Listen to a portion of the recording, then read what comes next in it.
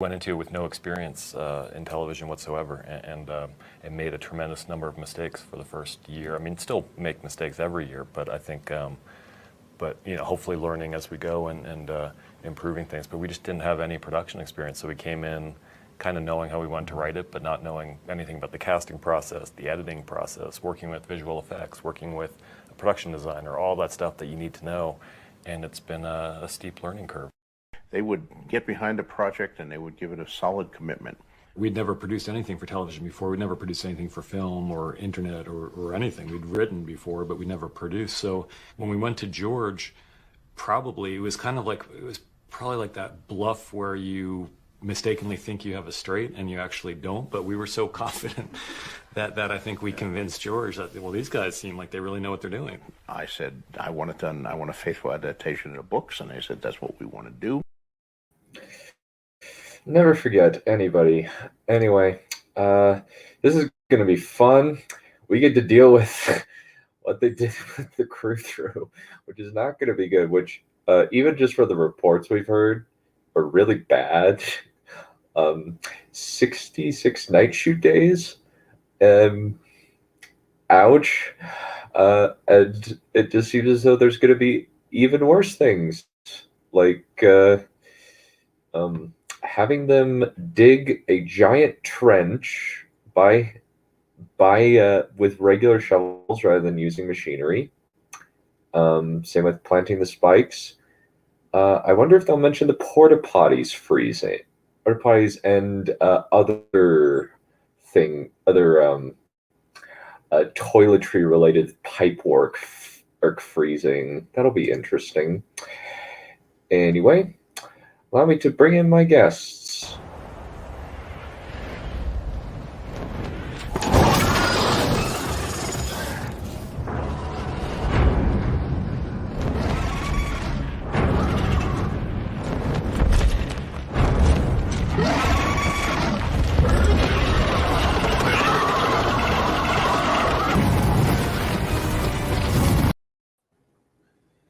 Oh boy, I can't wait for the insanity. Yeah. I can't wait for Morocco Explosive 2.0 or Exploding Porta Potties 1.0 or some insane shit. Mm-hmm. Get the crew on board, you fuck. Mm-hmm. Yep. Yeah, it's going to be interesting. Also, our good friend Wolf. Isaiah. Didn't I tell you never to set foot in Ikebukuro again? You remember that, Isaiah, don't ya? Why abuse your workers when your workers can abuse themselves? Sun Tzu, The Art of War. Indeed. Welcome our resident Brit and Game of Thrones book lover, Becca.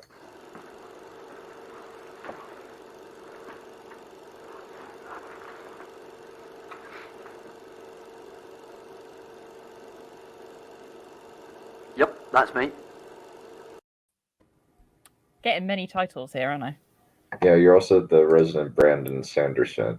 And Why have titles? Fangirl. Why have titles when you're going to die anyways? We should ask that of Daenerys, you know? Oh, yeah. Cool. Well, I'm not joking. This is what the Sun Tzu may have said at one point. Of course. Maybe. Also, welcome, Nef Champion, after a long hiatus.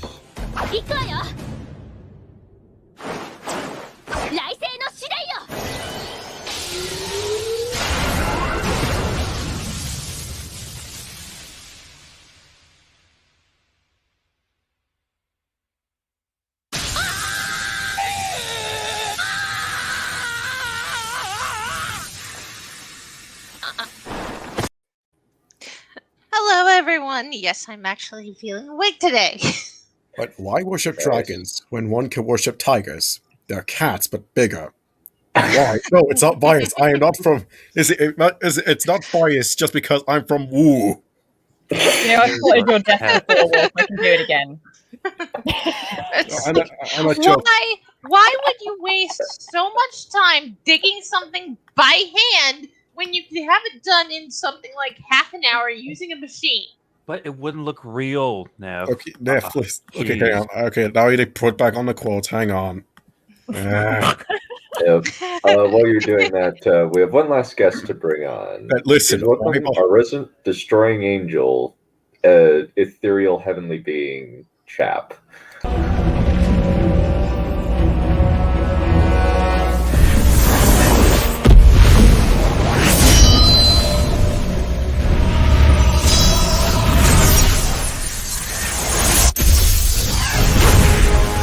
My old enemy. You cannot hide from me. Ah, yes, the ultimate battle. Why not waste time doing absolutely nothing when you could do nothing at all and still have no time? Yeah, well, the thing is that technically happened with this. They wrote the script in, I don't know, couple months, 3 months in between after season 7 wrapped and did the table read right after that. And then they filmed this for 2 years. Even though they technically had more time, it's more rushed. And the production was also put through a lot of problems. Well, Probably because they were building a King's Landing set since they couldn't blow up Dubrovnik. Just get a soundstage and use CGI. Yeah, just It's not that hard. It was it actually really blown up is the real not. thing. they kind of Think forgot about it. CGI. You could have spent all the time you had everyone digging, filming. Yeah. As well as like dealing with the porta potties freezing. Yay. Hang on, another I think quote. that's kind of the most hilarious. That's honestly one of the most hilarious bits of just like the porta potties froze. When your army It's just cannot so relieve themselves, then you're going to have to resort to monkey tactics. Yeah, I imagine like basically. if You're it gonna was have to throw cold, some real shit at them. if it's cold enough to freeze porta potties, it might be cold enough to like get if you frostbite if you have to go monkey. Yeah, and if it's that cold, that's Hey, a hint that maybe you should be using a studio rather than be Done. on location. Or With With my how, ball- with how dark location. it is, you could probably make the entire episode CGI and no one would notice. Pray that the enemy balls freeze first before yours do. Alrighty. Yeah. But the enemies are corpses, so. This is going to be a fun one, isn't it? Yep. Yep, it is. Start the show, Billy. Alrighty. Okay, so we start off with a great one. Even with all the Sapashnik warnings, the episode schedule was far tougher than any of the cast or crew had anticipated. Surprise, motherfucker! You're never truly prepared. Surprise, surprise. Ugh. You're never prepared for anything, so don't pretend as if you are. Okay, so filming started with 2 weeks of night shoots in December. Then there were, ouch, December in Northern Ireland. That sounds bad. You They want to do this in a studio rather than on location in that in summer, but the problem is they wanted to film it in actual winter, according to the Last Watch documentary, which is really stupid. Oh, there's a difference between So this was a when you have something that's this fucking dark, what difference does it make? There's it a doesn't difference. make any difference at all. And there's a difference between simulation and then just wanting pain. And but we know that, like, based on the Last Watch, it was a deliberate choice to film in winter, and you see Bernie Caulfield and Miguel Sapochnik complaining pretty vocally about it. It's like it's all David and Dan's fault, or I mean, it They is. could have done it in summer with fake snow. The fake snow looks just like the real stuff, only it's not. But it's not real, Nev. Thing Every is, production and their mum uses fakes winter. It's really easy to do. It's just like thing is, Lord of the Yeah. Rings was not filming it on a mountainside with real snow in Caradhras. I know, like shocker, right? It was actually like a styrofoam thing. So They What? were filming in actual Middle Earth. What are you talking about? They were actually filming a wizard were actually in- conjuring up a storm. they went to the mythical land known as Middle Zealand from the Lego movies. Yeah. I mean, you know how Jackson, how the Jackson got that scene, Frodo fighting, Derp, Gandalf fighting the Balrog? He actually jumped down the chasm and filmed it. Authenticity. Yeah, production value. It's like all those prequel memes where the actor just starts joking about how the actor just starts talking or doing something, and then George just filmed it. And believe it or not, the no scene was actually, and I was telling George no several times, and then I had to shout over the phone, no. Turned out it was recording the entire thing. One at a time, folks. We're all passionate people, but let's kind of make sure that let's give everybody their chance to say something, since I'm sure that everything's insightful. Right. The Except only if it's wolf.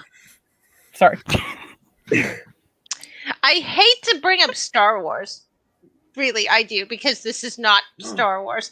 But the only time George Lucas ever filmed in a place where there was actual snow, he had his actors come in from the cold to where they were staying, where it was warm.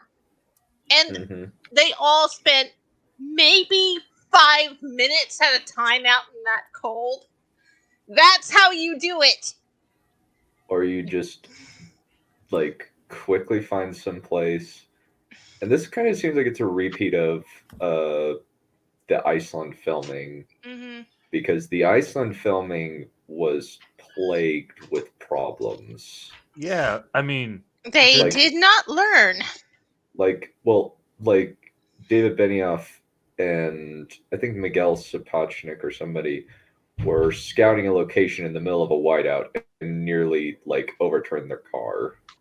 Oh my god. Oh, great. Yeah. That's par for the course for these two. And everybody keeps giving this book a 4 out of 9 out of 10. It's funny as well. Go for it, Becca. It's funny as well that they always what's the quote about this being really expensive film school? Yeah. The amount that they actually learnt. Negligible. Yeah, bugger all. Let me actually I actually sent that to Dragon Demand since he asked for screenshots. Let me actually read that out. So, alrighty. So, David Benioff, we got there. I was driving to set on this morning up this tiny road up the mountains. We had to pull over a Land Cruiser and let another car go by. We tried to get back on the road, and our car got stuck in this massive drift. We were completely stopped. We tried to shovel our way out and couldn't get out. So a production van came to give us a ride, and we got about another half mile. Then the van got stuck in a gully. So a truck came and pulled the van out, and the rope snapped. It was that hard to get to set. Jesus fucking Christ. It's insane. This is why you build sets, people. By the way, I'm not sure if you know this. This is why you use sets. Studios. This is why you don't put guns on set. Okay. It gets better. At one, we were out. David Nutter. We were out scouting a location. It was a cliffside in a Jeep with 4-foot snow. We went off the road. Fortunately, went off on the hillside, not the cliffside. But the car rolled sideways, and I jumped out. I was like, okay, let's use another location that's back down the hill. Christ. Oh dear. Why can't they just make David Benioff do all this? At least they can take the fucking risk. Something. By the way, what was this? What was this other guy's name? David Nutter. Yeah, he directed the Last of the Starks. Oh, that explains a lot. He's actually like pretty good at directing actors, but we do have our friend in the back room that we have to bring in. Welcome, the Scaly Grinch.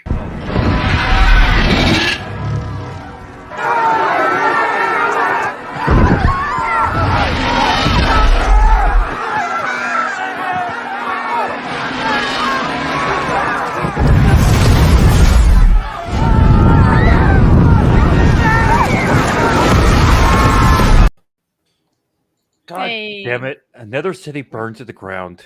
Greetings. Now, what was that about trucks? So, basically, weather troubles in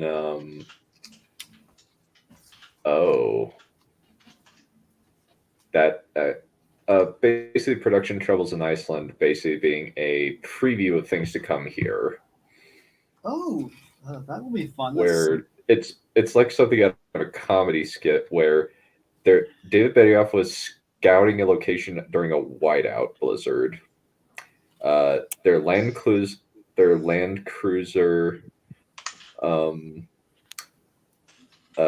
pulled over and wasn't able to get back on the road because there was a massive snowdrift. Then they grabbed then a production van gave them about a half mile. Then it got stuck in a gully, and then a truck came and had to get the van out, and the rope snapped during it while they were trying to get the van out. It's like something out of a National Lampoon's Vacation comedy.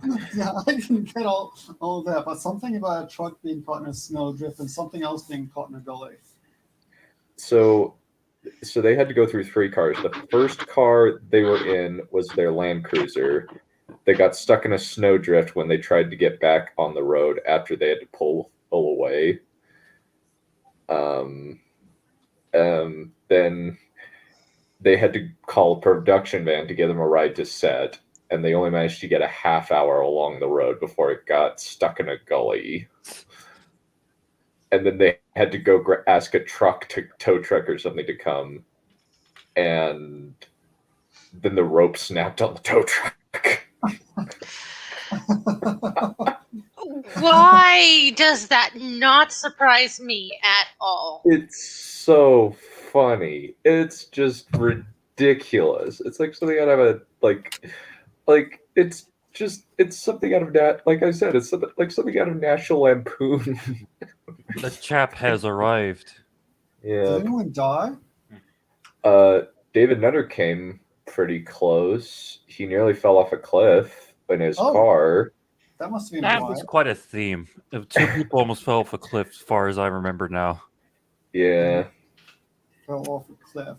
So David Benioff would have purposely fell off the cliff because he would have kind of forgot about gravity. Gravity won't work on him because gravity will kind of forget to work on him. Anyway, let's continue before we kind of forget about it. Would you like me to have a go reading? Not a bad thing, though. Sure. We're at this part right here. Wait, let me put it on full screen. Okay, have a second. Oh, I screen capped this from last week. We're still on the same page. Yeah. Okay, let's see. Where are we? Filming started with 2 weeks. Let's see. Cold Blast. I'm sorry. I don't see the van yet. Let me see. After the highlight. Okay. Filming started with 2 weeks of night shoots in December. Then there were a couple more weeks of scattered night shoots at the start of the year. Then came 55 shoots in a row. And finally, there was about 2 months of daytime filming inside a studio. Those 55 nights sandwiched in the middle of an already demanding schedule became like a real-life version of eternal, soul-crushing, supernatural winter. I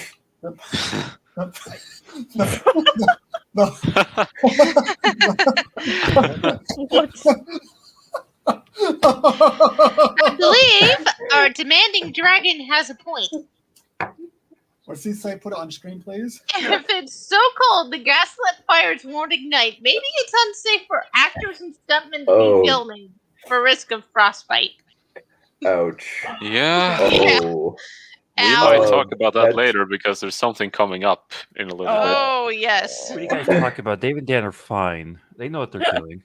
Yeah, you guys just because there's petty minds that just don't grasp the greatness. Yeah, I totally don't get human rights violations. So there was something. Did anyone else get a chance to rewatch the Dragon Demands highlights of the Last Watch documentary? Damn, I forgot about that. I kind of forgot. I kind of forgot. Oh yeah, there was that. They spent all of this effort on fake snow, and then they abruptly got a freaking blizzard. The real stuff. Oh my god. Well, yeah, of course. For those who aren't in the know, the two little islands of Ireland and Britain, it's kind of up in the air whether we actually get snow in winter. So it's not guaranteed at all. So it's not like you're filming there in winter for like going, well, that's going to be real snow though, because usually it bloody snows at a stupid month like March or something, and you're like, wait, what? It also kind of depends on where in Britain or Ireland you are. If you're in Scotland, in the Highlands, you will probably get snow. At least normal. In the Highlands, we get some freaking great snow.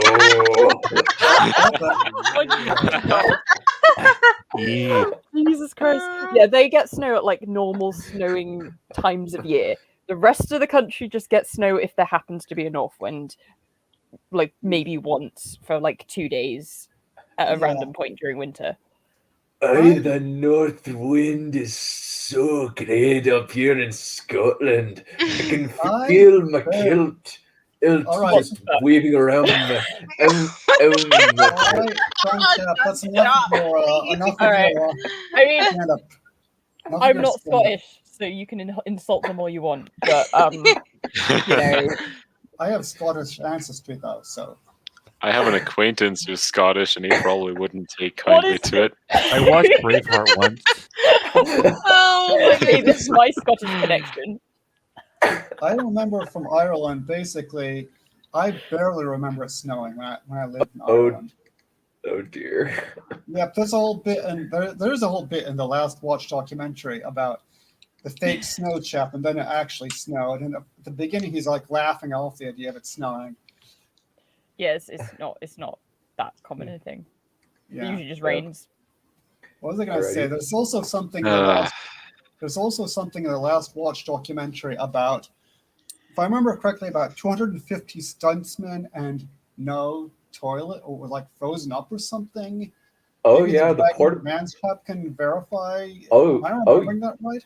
Yeah, it's in the Last Watch documentary. They're complaining that the piping for the toiletries and the porta potties froze. Great fucking job, you dumbass and dipshit. Yeah. Anyway, should I continue? I can carry on. I just sort of Yeah.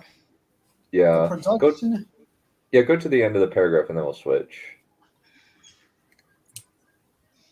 Even the pinnacle toilets froze solid.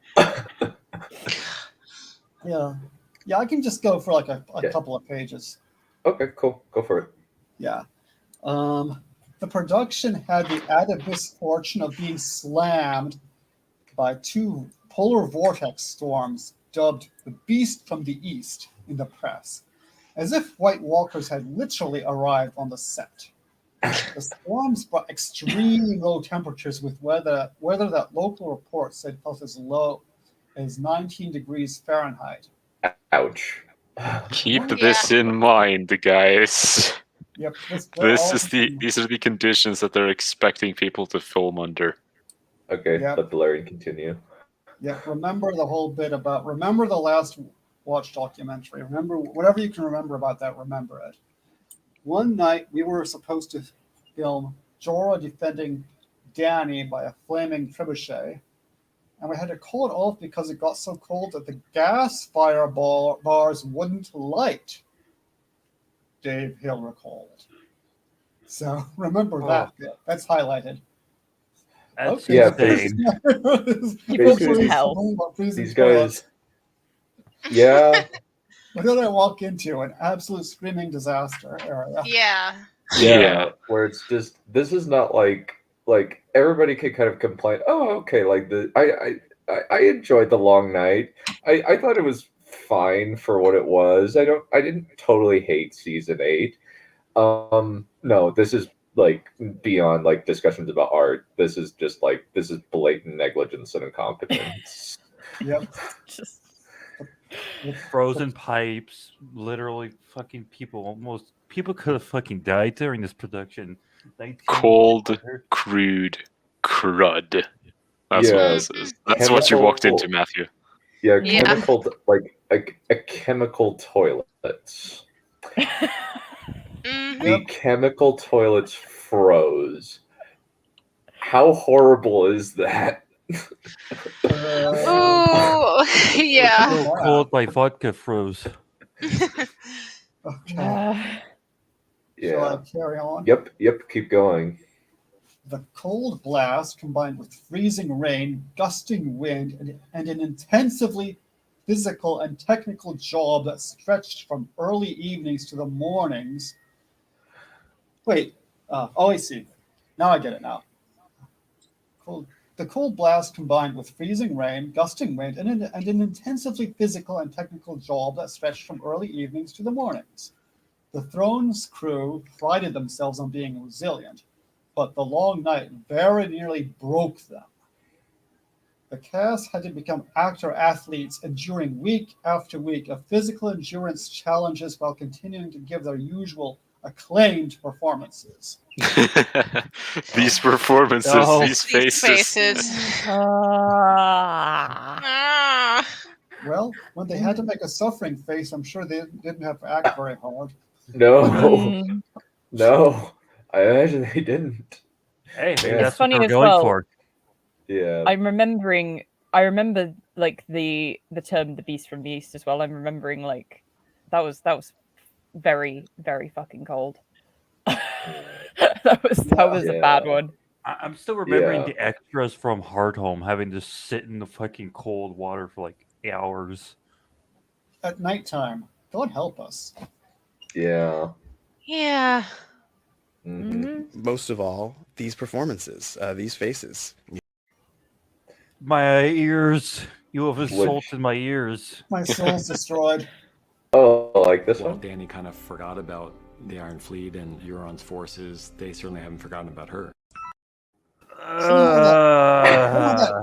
At the end is like a punctuation mark, like an exclamation mark. That at the end. Yeah. Or I think you've got to start wondering, what the hell is this plot? They kind of lost it. Yeah. Yeah, they did. They broke me. I am in jolly old England. But which county? Yeah, I think he's asking. Oh, county, Wiltshire. Which one? Wiltshire, which is southwest. Oh, okay, cool. Huh. Cool. Keep going, Mr. Blair, and I'm interested to see what Jorah Mormont has to say about this. I don't think people can comprehend what 11 weeks of continuous night shoots does to the human body and brain. It destroys your system and your thinking.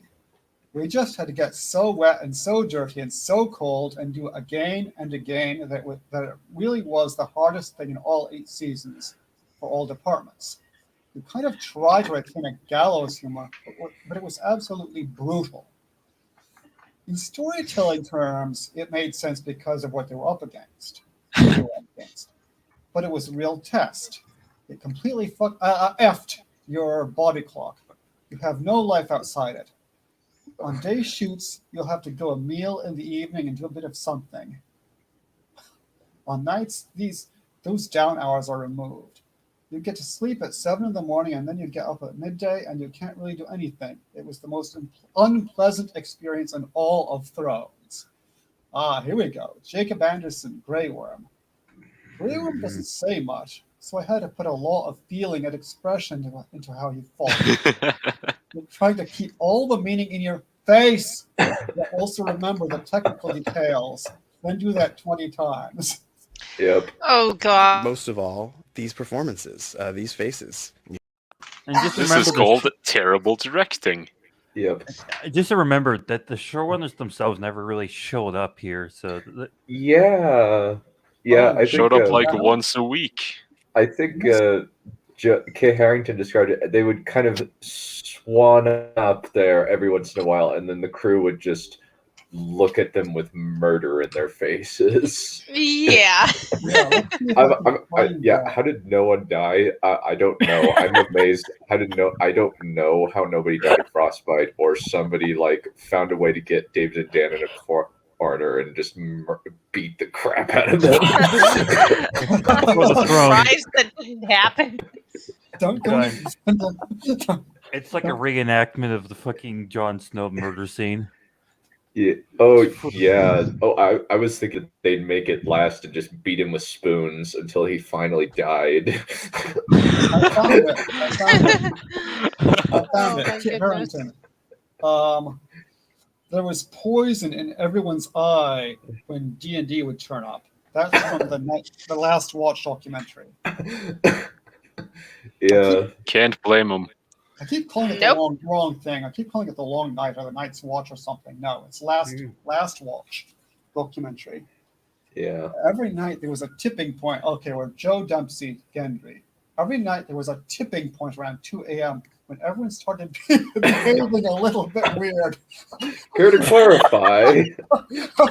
Care to clarify? What do you mean by that? That's concerning. Only Isn't everyone like that at 2 a.m.? Come on. What Oh, exactly? dear. What exactly happened? I'm not seeing any explanation here. Oh my goodness. So it's just a random statement that has no clarification or anything else. That's just inserted in there, possibly to keep the word count up. Hey, Dud, let's also bring up that interview we found earlier. The fact that he had full control over this book. Yes. Yeah, that will have to HBO did not proofread or screen this book, and it makes them look really bad. Basically, it really, makes them look really does. incompetent. Well, at least it makes the old leadership of HBO look bad, since they've completely overhauled and just kicked everybody out. Because thank goodness for AT&T. Thank you for kicking out Richard Plepler and all of them, except for one moron who's still there, but he has little power. He's just a mouthpiece. Who would that be? Casey Bloys, I believe is his name. Oh. He's the head of the comedy industry, and he was kind of head of announcing stuff. So it's basically just a mouthpiece for the guys up top. And then I think he was kind of semi down for Confederate, but which Confederate just sounds like one of the dumbest ideas ever. Granted, we shouldn't give AT&T too much credit, because they were very likely the ones who got the Snyder Cut off the ground. That is true. I think that AT&T just want to recoup their $85 million debt. 85. Yeah, by the way, to everyone debt. watching, if you haven't seen it yet, we have a stream on the Snyder Cut here in the channel. Yep. It's one of the worst movie watching experiences I've ever had. I was tired and I had to had a headache after watching it. So I was now we know how to confused. torture Dunshap. If you ever need to torture them, now we know how. It's so boring is the main problem, and so slow. and Keep on topic. long. Keep on What topic. about keep our on. favorite done. character, the Yeah. guy with the hamburger? Yeah. Okay, want me It to was- get Gwendolyn Christie is up next. Yeah, here I am. It was utter madness. It's the crew I felt for. They were the ones who were truly in the face of brutal suffering when it came to the relentlessness of the Fuck special. me. That's love what it says. I love Gwendolyn's expression. Like the way she uses words is wonderful. Yeah. He put all this in and like, yeah, this is great. Yeah. Also, It's I don't think he had an editor because there's multiple fact-checking errors in this based on like when events happened in what season, which is kind of interesting. Yeah, and Walter Frey debuted in season 3. I'm sorry, but we could hand this to one of the bobbies in Ireland, and we'd go, "Here's your case against them," and they wouldn't have to do anything else. Because it's all written down. I was thinking just say, hey, police officer in Morocco, here's this bit. Also, police officer in the US, here, look at this. They're wanted for international crime by their own admission. Please put them in jail to preserve the lives of the crew and crew. To preserve the lives of any future crew members they may have. And like they've been doing nothing with their contract. I wouldn't be confident having them touch fictional characters because they might kill them off too on set. Yeah.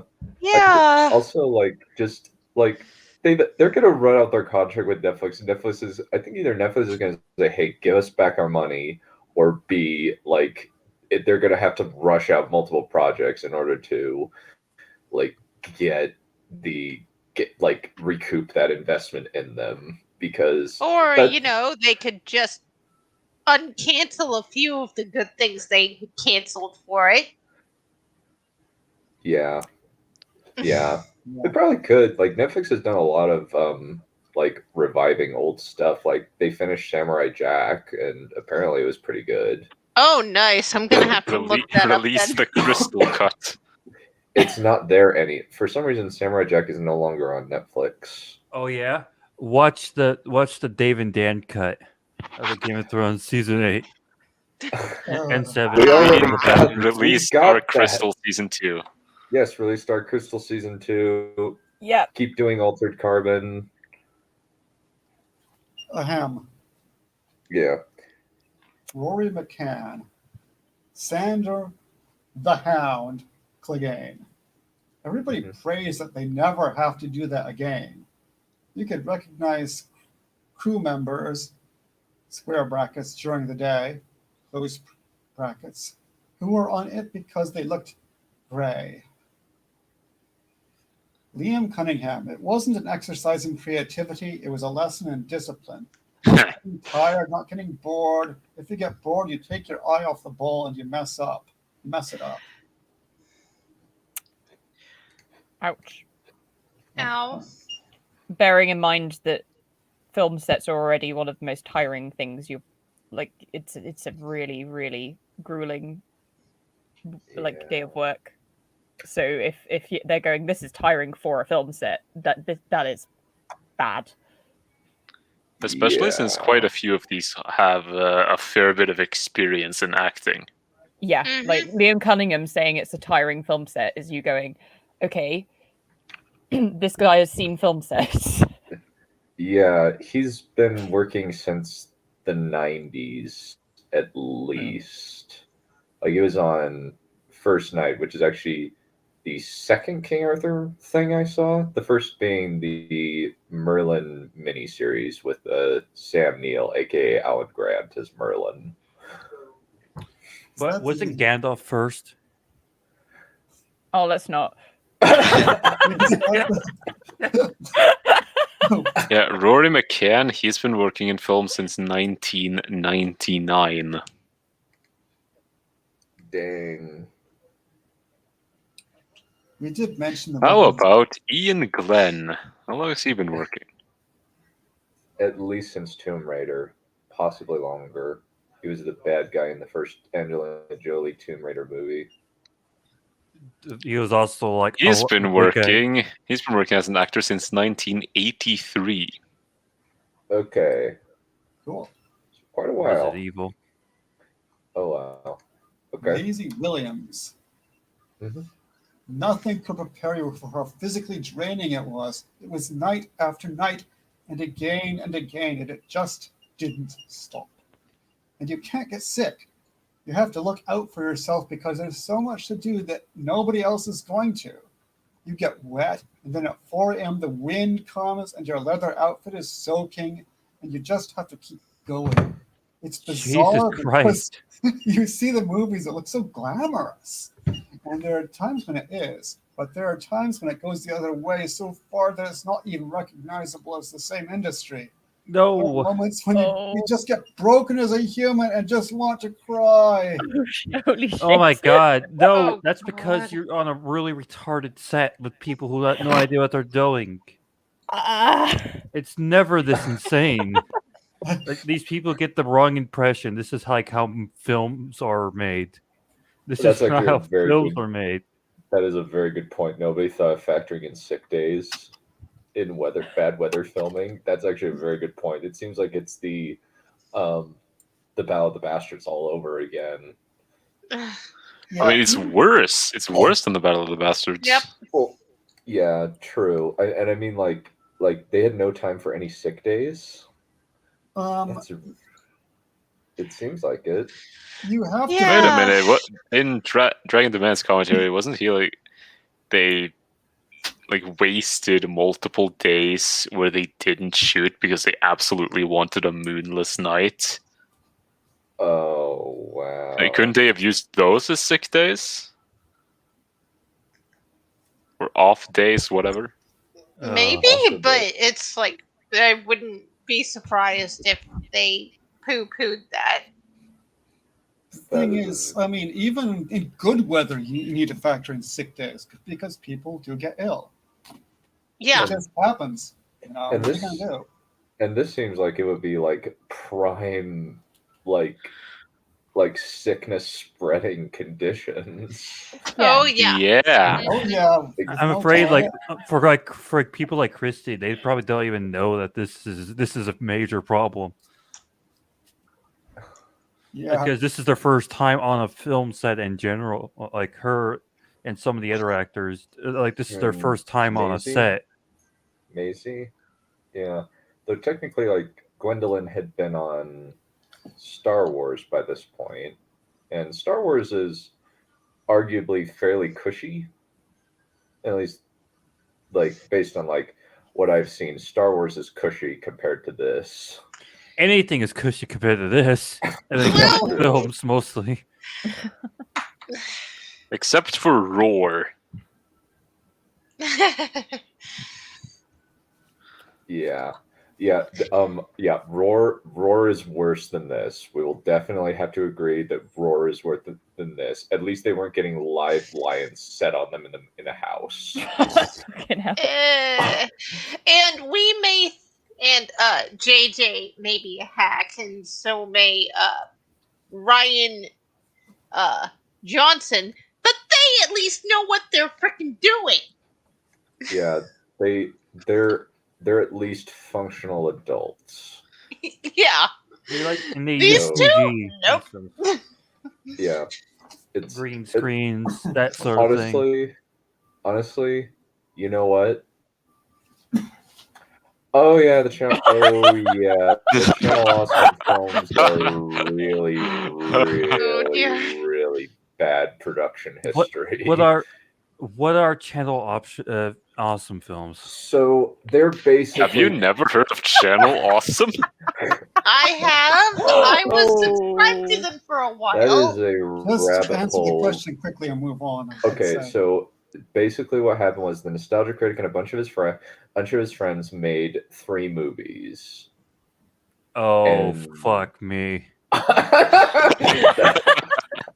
The thing is, though, I expect Channel Awesome to fuck up making a movie because if they were some like there were a bunch of morons Yeah. trying to make a movie They using weren't a guerrilla HBO filmmaking thing. tactics. Yeah. You know, they didn't have HBO money. They were some idiots on the internet. Like Who didn't even have water bottles Oh, on the set. No comment. By the way, Mary Wilcox, we know that Dumbass and Dipshit did indeed alienate older cast members, like the actors for Barrison and Stennis. And I think they probably did it for Alexander Siddig, considering how unceremoniously they cut off his filming before his contract was up. And he's not even mentioned in the book anywhere. Nope. His name is nowhere to be found in this book. Yeah, which is interesting. They did go a bit into Ian McElkenny with his objections to his handling of this character. They even treated him relatively respectfully in the book. But then Alexander Siddig just gets boop. He's like it was Thanos out of existence. Yeah, it's interesting. Not even Thanos, he was anti-monitored out of existence. Yeah. Where can you find these movies? YouTube. Okay. Pretty sure they're on YouTube, yeah. They're also 3 hours, 2 hours, and 3 hours long. Okay. Oh, Question. fuck that. Yeah, no. I'm not gonna watch those. And I've seen like large sections of them for like reviews and stuff, and it's just this is the most amateurish garbage. And yet I mean, it's made by literal amateurs. Yeah, but I've seen films made by amateurs that are so much fucking better. They know how to frame things and shit, you know, like all that wonderful crap and light a room. Yeah. Okay. Shall we keep can I ask going? Dead Chap a question? Are you still you are taking screenshots, right? Yeah. Okay, good. So I don't have to take detailed notes. I can take the notes later. Good. Thank you. Yeah. And Christopher Newman, producer.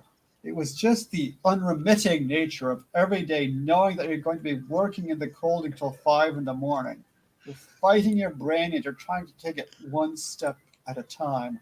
The person you admire most is the director because he can't take it one step at a time and default to simply doing his job. He's the one building a jigsaw puzzle without the box to look at. Dave Hill. I don't know how Miguel did it because I was not sane. And I didn't have to be fixing things every second of the day. You became a shell of a person. Ian Glenn. I don't get this. The sentence is structured really poorly. Well, to be fair, I'm assuming this is oral. Yeah. Yeah. I mean, this is Dave Schill, after all. So yeah. So when people are talking orally, the syntax is often not very good, even if they're educated and know what they're doing. And it just because I was not sane and I didn't have to be fixing things. That's a weird. I don't fully like. I can kind of understand the basic premise, sort of, but it's kind of unclear. Yeah, I mean the idea is, I didn't have to be fixing things every day, and I wasn't sane, so I don't know how Miguel, who did have to fix things every second of every day, and managed to do it. That's what he is a sane person. So, is Dave Hill admitting to insanity? I guess. Is he British or American, Dave Hill? He's Asian American. Yeah. All right. I was going to say, I was like, because I don't know, was wondering if there was like a colloquial thing there. Yeah. No, this is not colloquial. This is just bad sentence. This is just. Maybe Dave Hill like didn't say this right during the recording, and or Mr. Hibbard wrote it down poorly. But yeah. No, it seems reasonable that someone would say it. say it this way. It's just a little sloppy and loose, but it's because it's oral. But even he was losing his mind. The whole thing was driving him batty, I think is what he's saying. It's driving him batty, and he didn't have to be fixing things all the time the way Miguel did. I think that's basically the idea behind it. That's what he's kind of back to Saint Miguel, basically. And then Miguel had to do the bells, which I imagine was probably not as bad, but it was probably pretty stressful. Yeah, it might have been pretty bad with all the real fire and stuff. Oh, it might have been pretty bad. We'll find out about that later, maybe. Oh, ouch. Dang, that's hilarious. Oh, man. Yeah. Oh, dear. Let's continue. Yep. Okay. I'm almost done with that. Maybe want me to finish the one sentence and then someone else have a go at it? Sure, I can take it. Okay. Sure. Ian Glenn, how Miguel managed to hold it together is beyond my comprehension. That's basically the same idea as David Hill, but it's expressed more compactly, more clearly. Yeah. All right. Rory McCann. There are some directors who don't speak much, and if you're doing your job, there are no words. Sometimes younger actors do a scene and there's a feeling of want on their face. Did I do good? And some directors, there's not a word from them, not even a nod. He's not thinking about you, but his other 50 jobs. But with Miguel, even when you think you're not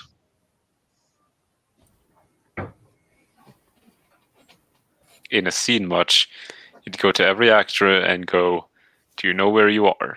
You're in the middle of a battle, and he came up with, why are you here? Why am I here? It gets you thinking. Then he'll go to another actor and go, what are you fighting for? I'm fighting for life. I'm fighting for good. Oh my god. Rory McCann. Wow, this is like peak nonsense. Soul. Yeah, it is very nonsensical, but it makes sense for like majority of philosophy, I suppose, or at least how do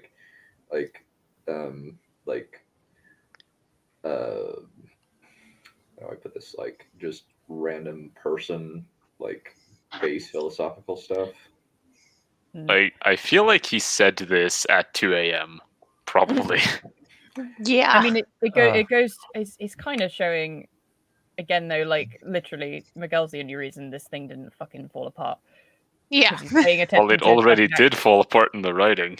Well, no, but like the reason that the actors didn't start collapsing and they didn't get completely fucking like lost and shit, like, you know, the reason that didn't happen is because at very least we had Miguel going around making sure everyone was on it and okay and keeping going. Well, we know for sure that Miguel did like almost like Rory McCann was almost like collapsed from exhaustion on the bells. The Johan says, "Who am I?" I don't know. Who are you? We don't know, Johan. We've no idea who you are. What are you doing here? Who are you? So Pochnik put more thought into this than Dumbass and Dipshit did. Like, we have put more thought into this than those two. Mm-hmm. Yes, I think any of us have put a million times better ideas out than any of them. Forget us, like random fans, like casuals even. Like the random homeless person fucking shooting meth can probably get a fucking better ending than that shit. Well, we know for sure that like based on like a bunch of college students wrote a more professional version of season 8 than D&D did. Oh yeah, that's ironic. Yeah. Don't sully the good name of Dungeons and Dragons, Dun. How dare you? Dip crap. They and wrote it on dip toilet crap and paper. Dumars. They probably honestly, they might have, considering how short of a time and how like random and incoherent it is. But I thought people just like random incoherent things, and you're just supposed to throw your money at it. Random, incoherent, juvenile stuff happens, and people empty their wallets to see it. Stop bringing logic into a movie! Random, incoherent, juvenile shit happens, things explode, and people empty their wallets to see it! Precisely. Agreed. Precisely. Yeah. I'm awesome. And you there. And you can't even. This is a film about space wizards intended for children. Yeah, that's not. Thankfully, that's not a defense for this being bad. Yeah, thank God. People did make that defense done. Oh, it's the dragon show. Was it's a show about magical dragons and zombies, man. Because if you have dragons and zombies, that means you can just throw out all logic. Oh, the airspeed velocity of a raven. Blah, blah, blah, blah. Brain fucking dead. We have dragons, so teleporting. Varys could just shoot laser out of his eyes now. Shut up, we have dragons. Fuck you. Varys turns into Superman the moment he dies, and he saves King's Landing. God. Wait, there was one more Stark. Or Qyburn turns into Alan Moore and starts shooting fire directly out of his anus. Wait, done. You're forgetting about the last Stark. Done. I need to say one more thing. There is one more Stark, and he's bringing the party with him. Well, he is. Well, we do have Dr. Bran Hatton. Fucking Iron Man just comes out of nowhere. Oh, yeah, he's the last Stark. Oh All right, Night King, this party's over. Underoos. Kick out dramas and get in bloody AC/DC. Da, da, da, da, da, da, da. Maybe we should keep moving. Yeah, that's the wrong music for this. Actually, just one more thing, and we'll continue. I think a crossover between the Long Night and the Avengers would have been a far better, entertaining episode. Anyway, John Bradley, Sam Charlie.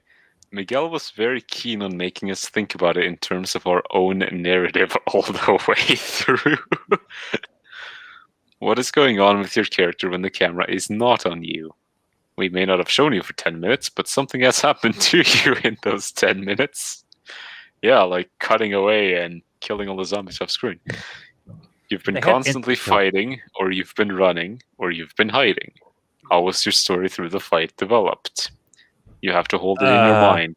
What's happened to you since we saw you last? He's got such a forensic sense of detail. Oh my God. The way he can hold the points of view of each of these characters in his head and know what each individual beat means to them. Sapochnik, what the fuck are you talking about? No, it's John Bradley who said it. John Bradley, what the fuck are you talking about? May I call attention to Dragon Demands in the chat? Poor Miguel. Yeah. I really, really want to see a production directed by Miguel Sapochnik that is like well produced and well written, because I have a feeling he'd run the set like the tightest ship that you ever came across, and it would be really great. But yeah, like poor guy. Considering like he was told, hey, do this whole thing as like 20 minutes of 20-minute one-shot take. That. We might get that with House of the Dragon. That is possible, yeah. We'll have Let to us see. Miguel Sapochnik, in addition to Game of Thrones and his upcoming stuff in House of the Dragon, he has one episode on Altered Carbon. Oh, yeah. One episode on Iron Fist.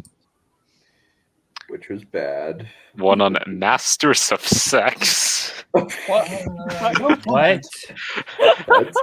Don't ask me what this is. I'm just reading his IMDb page. True Detective Season 2. I have no idea what any of these others are. Banshee. Fringe. Falling Skies. Oh, he was on House. Cool. Very cool, Anakin. Very cool. Dude, Yeah, let's just hope this guy gets better jobs in the future. Yeah, Blood Yes. deserves it after this. He does. Yeah. Yeah. Poor He's guy. coming up next too. Yeah. Okay. So where do we leave off? Miguel Sapochnik. Stuff I've Okay. done previously. Okay. It was generally from John's perspective. Here I had 24 casts and everybody would like it to be their scene. So that was complicated because I found the best battle sequence for when you have a strong point of view. Here the point of view was objective, even when you made it subjective, going from one person's story to another, because you're cutting back and forth. So it all becomes objective whether you want it to be or not. I kept thinking, whose story am I telling right now, and what restrictions does that place on me that become a good thing? I like Miguel. He's clearly thinking through this. Yeah, he clearly has a brain. I'm just reading Yes. this, and I'm just saying, where is that in the actual cut? Where was that? Where the fuck Where was the that? fuck was that? He's clearly really, really fucking good at his job, and it's just. Yeah. Where the fuck was that? Oh, I knew you were going to do that. Oh, God, Dragon. Yeah. Dragon. Right, has I'll that's just so much continue. sort of stuff. Boy, there's so many. Basically, they say about your Here's theories. the thing, my little chili babies. All those theories are hot, stinky cat dookie. Yeah, That applies no, to like, that's no. Someone should put Ryan Johnson's face over him, and because this is Snoke theories. Oh, well, I have a remember- thing that. Oh, I have a thing that talks about Ryan Johnson's whole philosophy on life. The actual ethical system that you should all follow is nihilism. The world is empty. There is no point to anything, and you're just gonna die. So do whatever. Wait, no, that's even Dan. Done. I think you should get George R. R. Martin's clip explaining plot twists. Remember when we kept the theory thing? Remember when people kept coming up with all these theories to try to make sense of the show? Bran's going to turn out to be a villain in the end, and blah blah blah blah blah blah blah blah blah blah blah blah blah blah blah. Well, yeah, it happened. Technically, I like Yezin IRL says that. Oh, Bran is my favorite character. He's like the hero. Is like no, Bran is a psychotic mastermind. well, it wasn't just that. It was like in general, people trying to rationalize things. Well, it makes sense if blah blah blah. They held theory this and theory that, and then it turned out to be wrong because they were just flying from the seat of their pants, to put it politely. Yeah. I mean, with the brand thing, like, you actually have to do something in order to be a villain. So, kind of just didn't. He kind of did nothing, so it's kind of like Dave and Dan. Their negligence is their villainy. Words Symbolism. hard. Villainy. Yeah. Anyway, I'll just continue. Yeah. At one point on set after the night shoots, Sapochnik was darting between supervising 3 different units filming at the same time. A scene capturing fire trench action, another with Daenerys on her dragon ring, and still another on field battle action. Oh, if the Yet same even ti- Sapochnik, who also directed the final season's 5th episode, The Bells, Sorry, I was reached gone for his like an entire limit. hour, but what did I miss? Why are you here? Being, like, You missed the entire cast commiserating over their terrible situation. You missed Sapochnik being an utter Commiserating over their what? badass. Yeah, this this guy. Wait, who just died? You miss Miguel Sapochnik being a fucking Atlas Titan carrying the entire episode on his back. That is actually incredible. Yeah. I didn't think such an achievement was possible, but hey. Okay, Sapochnik, it's worth remembering from the commentary, from the Blu-ray commentary, here where he says he reached his limit. He basically was getting no sleep. Then he came back home and his daughter had scarlet fever. Oh, I remember that. Yeah. Yes. So that's worth bearing in mind. Of course, it's not David Dan's fault that the kid got scarlet fever, but it's worth bearing these things in mind. The guy was fucking suffering. Yes. Anyway, Bernadette Caulfield, executive producer. Miguel originally wanted to direct episodes 3, 4, and 5. I said, that's crazy. We're going to have a tough enough time having you do 2 episodes. Then he kept yelling, I was supposed to have a bigger break, brackets between episodes. But all I remember was him saying, I don't want anybody else to do the other battle.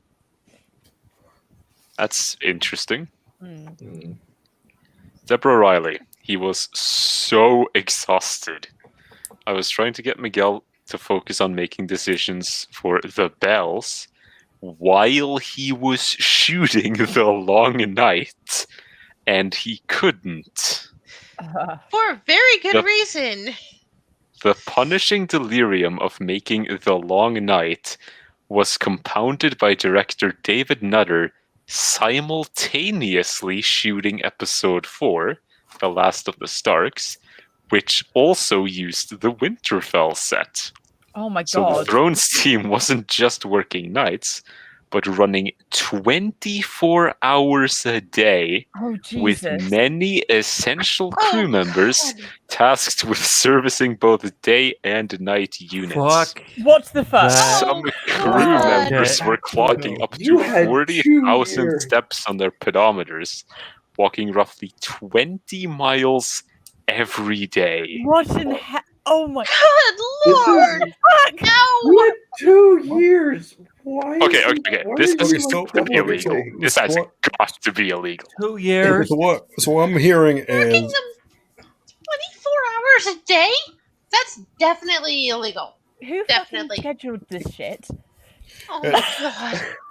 It's like Mueller has like a comment under his Unbridled Rampage where he's like, yeah, I worked I had 15-hour calls with the Beam repository and I was working constantly and I definitely broke some laws about working time.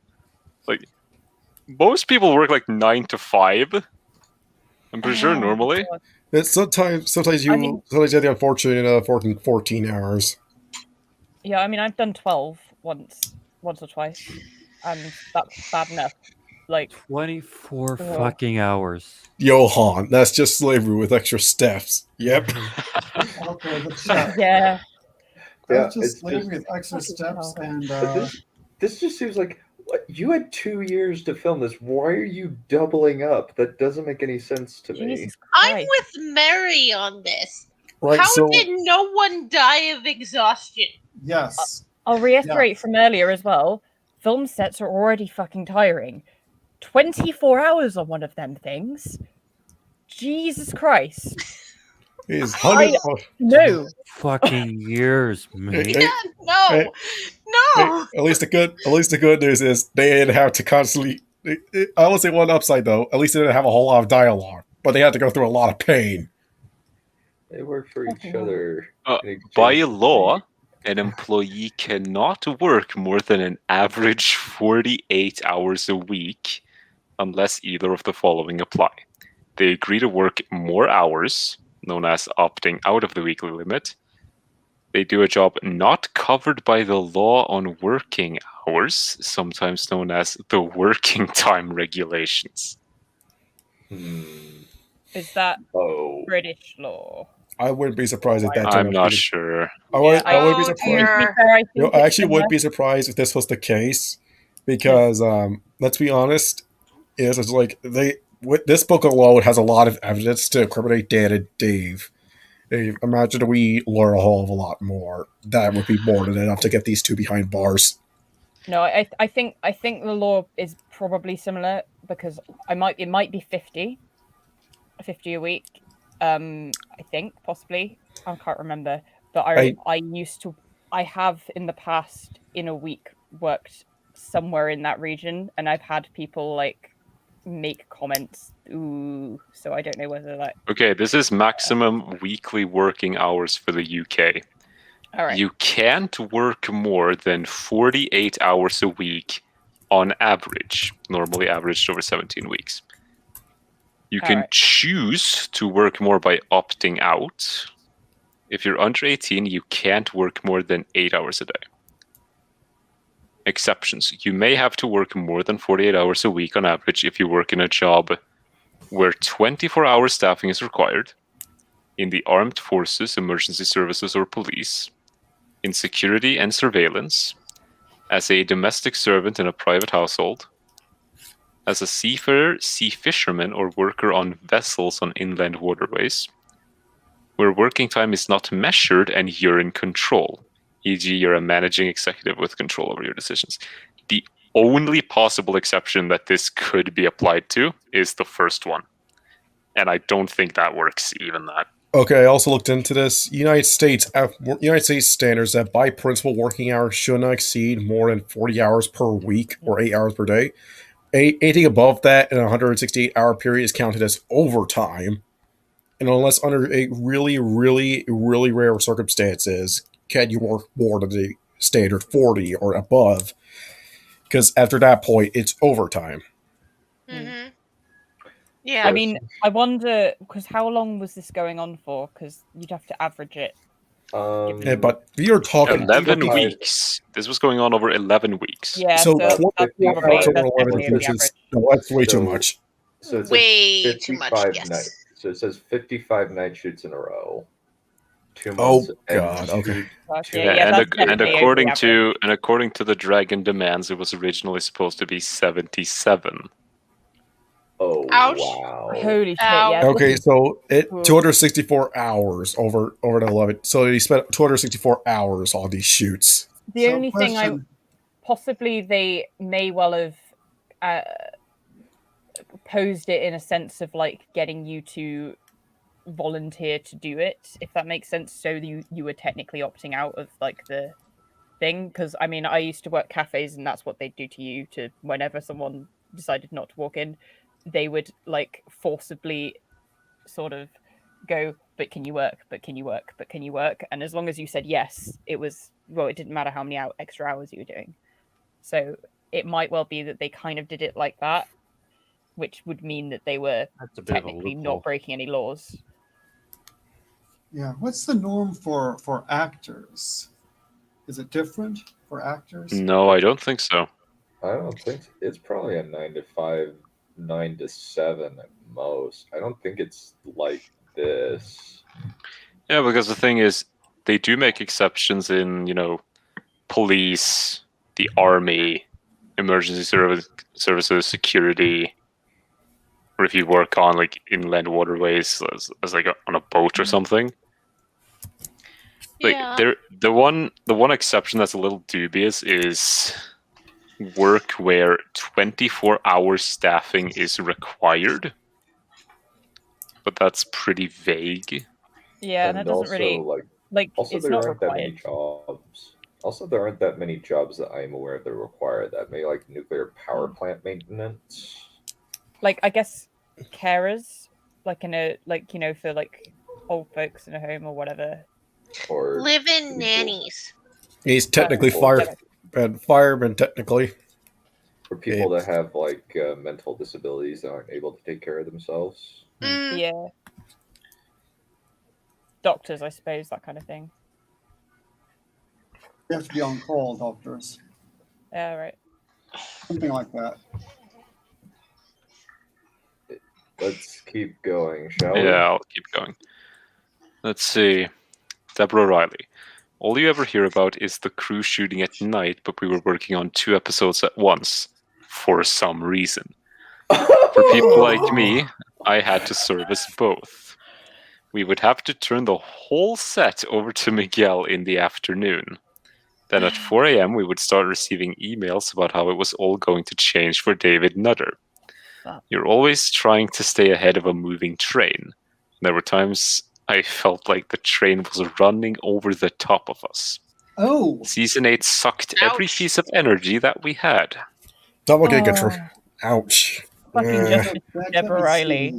Hang on, I'm grabbing up the strength. I'm doing it. That if your army cannot march, or your army cannot march if they are tired from walking. Yeah. Oh my god. Basically. Like. So, here's the problem with this. There's also kind of a funny bit, not funny, revealing bit of the part 1 the Winterfell commentary for episode 1. Dave Hill said, one of the things that we talk about in the writer's room is how are we going to kill Deb this season? Referring to how are they going to overwork Deborah Riley. Like oh my goodness! We have that on that's physically said, which is hilarious. Which is kind of just like, what? Oh yeah.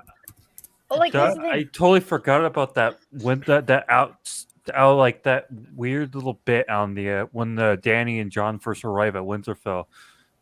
That was only used like once. For like never 5 seen again. Minutes, and it took several weeks to construct. If you what a waste. Do not do more work than what is necessary to complete a task. Oh yeah, okay, so I've been looking into this, and I'm not sure if this is international law or whatever, but this is on employment.findlaw.com. 40 hours is just the minimum for full-time employees, not the maximum. There's some stuff there. Mandatory overtime, even though it is legal, cannot be a safety risk. Another regulation set in place from the FLSA is that mandatory overtime cannot create a safety risk for the employees. This ranges from increased tiredness to getting seriously injured on the job. When workers are overly tired, they can make mistakes or injure others on the job. So companies need to be wary of safety risks. That is international law. Jesus. Yeah. Basically violating international law. Okay, we can skip it. Let's bring her straight to The Hague. Jesus fucking Christ. And fucking film sets are dangerous as it. This is just awful. Production design, when it comes to dressing sets and stuff, that's actual physical work. That's not just sticking up a curtain. That's like carrying shit around, and oh my god, construction. Yeah. Machinery needs to be brought in. Yeah. You have to nail things together. You have to do a whole lot of stuff for something that isn't even used. And that set wasn't a small set either. Like, Christ. Oh my god. It's insane. Why didn't HBO I'm Listen, how did they not get yelled at for this stuff? How did they not get arrested? How did they not get fined? How did they not get sent away to prison? This is all violations. How did they not get sued or murdered? No comments. If Pitt or one of his coworkers had taken them behind a building and murdered them, nobody would have said anything. No, not murder. You take it like an accident. Accidents are never questioned. Yeah. Listen, you his drinking habits, right? You could just say he died while driving drunk. You know what? Just put him on that ship with the boards that are falling in. Give him some vodka or whiskey or something, and hey. Or even just say, oh, he was trying out the noose thing. Wait, yeah. If one of them smokes, actually just let it a bit, just slowly seep in flammable gas. That way, when you light a cigarette, you can just chalk it up to he forgot to turn off the gas. Yeah. In case anyone is concerned. We're not actually advocating murder here, in case anyone is concerned. We're not. Nope. He unfortunately got stuck to the frozen porta potty. It's not murder. It's not murder if you had no hand in it. Yeah, just if there was some literal-minded person Well, doesn't come around and say, Jamie didn't have no hand on it. sorry, Butler, sorry, Anyway, we can all agree this definitely goes way out of bounds for legality on a filming set. It does. But anyway, I'll be continuing. Christopher Newman. It was like fighting a battle. It's a sheer force of will that you're telling people. This is what we're doing. The minute people doubt that you know what you're doing, you are sunk. You can't have, for instance, a stunt coordinator roll his eyes in what he has to do. No weakness at any level. So everybody below you just follows you. The minute they feel your resolve is not up to it, that spreads like cancer. Okay, first this off, this is like movie villain talk. It's like cult, this is what cult leaders say. Yeah. Why can't he roll his eyes? I mean, come on, let the chap roll his eyes. Yeah, also, like you're asking the guys to stunt coordinate 20-minute one-shots. That's a really bad idea. This is a really, really bad idea. Mm-hmm. That's on this set. On this fucking set. Oh my god. Dragon's asking that you put back up what you said about cult talk. Yeah, he already has. Yeah, I did. Never done anything. This is what we're doing. Ugh. Yeah, no. Let's keep going. I wanna get finished with this chapter because this is a bit of a amid slog. the exhaustion, every decision mattered. Here's an example of the level of detail that went into just a few swings of a sword. Oh no! During a long night shot, Samuel Tarley was fighting whites. Watching the scene on set, I said to Cogman, Sam looks like a badass. Cogman looked perturbed. You hear what he just said? Cogman said to the other producers, that's the problem. Sam's not supposed to look like a badass. Oh, for fuck's sake. Bradley was asked to adjust for a second Fucking take piece of shit. to appear a bit more confused and uncertain. Now he skittered back as each white attacked. After another take, Weiss tweaked Bradley's performance further. He's always facing the right direction for each attack, like he's anticipating it, Weiss noted, and reminded Bradley that Sam doesn't know where the next white will come from. Then it all came together, and Bradley looked precisely like a terrified novice action hero reacting to an unpredictable onslaught of whites. Oh He's my already god. fought these guys before. Like, this is the character degradation right here. Yeah, but he's the fat one who can't fight. Also, he's killed Thens and other rather scary. He's killed people before, he's been in battle before. He fought whites before last time I checked. Yeah. Like, I hesitate to bring up Harry Potter, but how much did everyone love the Neville moment? Right? I thought it was cool. That was the That best. was cool. Just Such one a great comment. moment. In And, like, which movie? Or Yeah, about- The final movie. The eighth when he kills movie. the snake. When he goes proper badass and kills the snake, and it's like, wow, this kid who was like a little fat kid in the first movie has come so far, and it's awesome, right? He went. Do He you went not from a. think we wanted that with Sam, maybe? Come on. Listen. He went from a Hufflepuff to a Griffin. Damn, son. May I? Yeah. Valerian had something to say. Yes, I was just trying to point out a blindingly obvious fact. He's called Sam the Slayer. We don't even have to bring in Harry Potter. Sam the Slayer, he's called. Slayer, as in killer. Yeah, he killed a White Walker in both the show and the book. Yes. So No, he's a coward. But Cogman says no. Well, Cogman says Cox no. says no. He knows better than we do anyway. What are we talking about?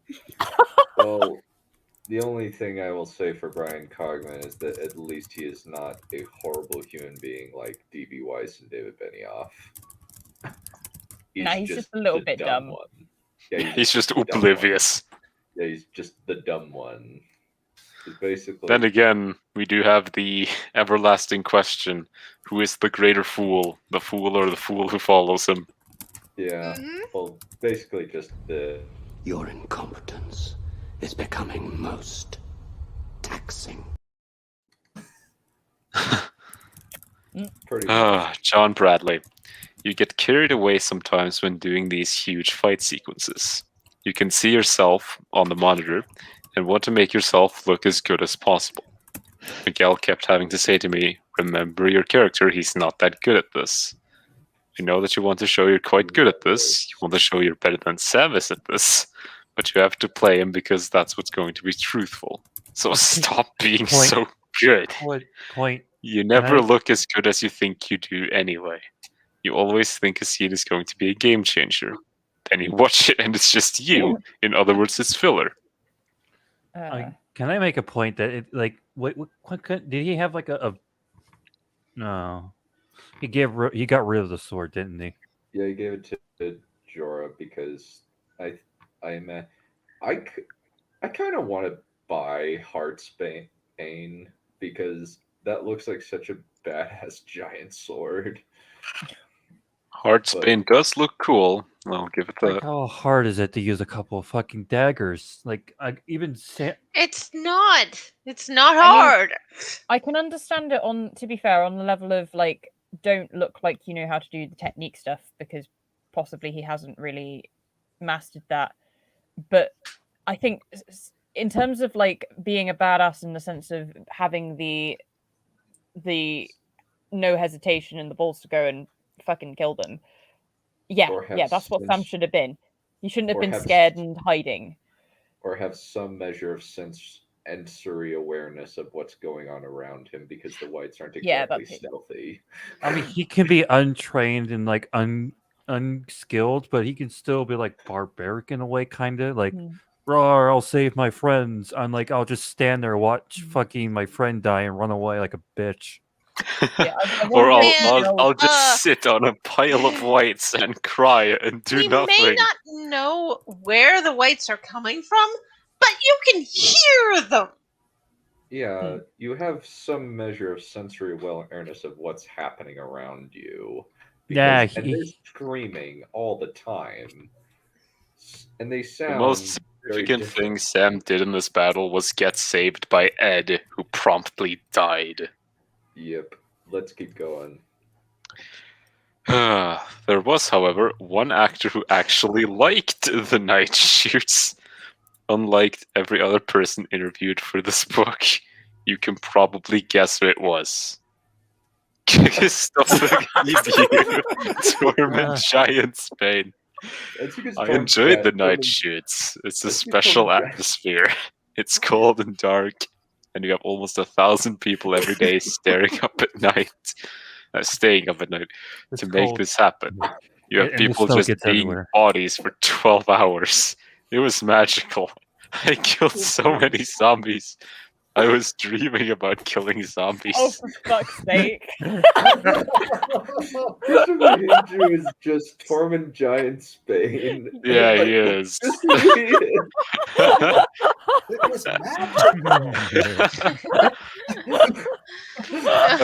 was Christopher Hivju, he is such a legend.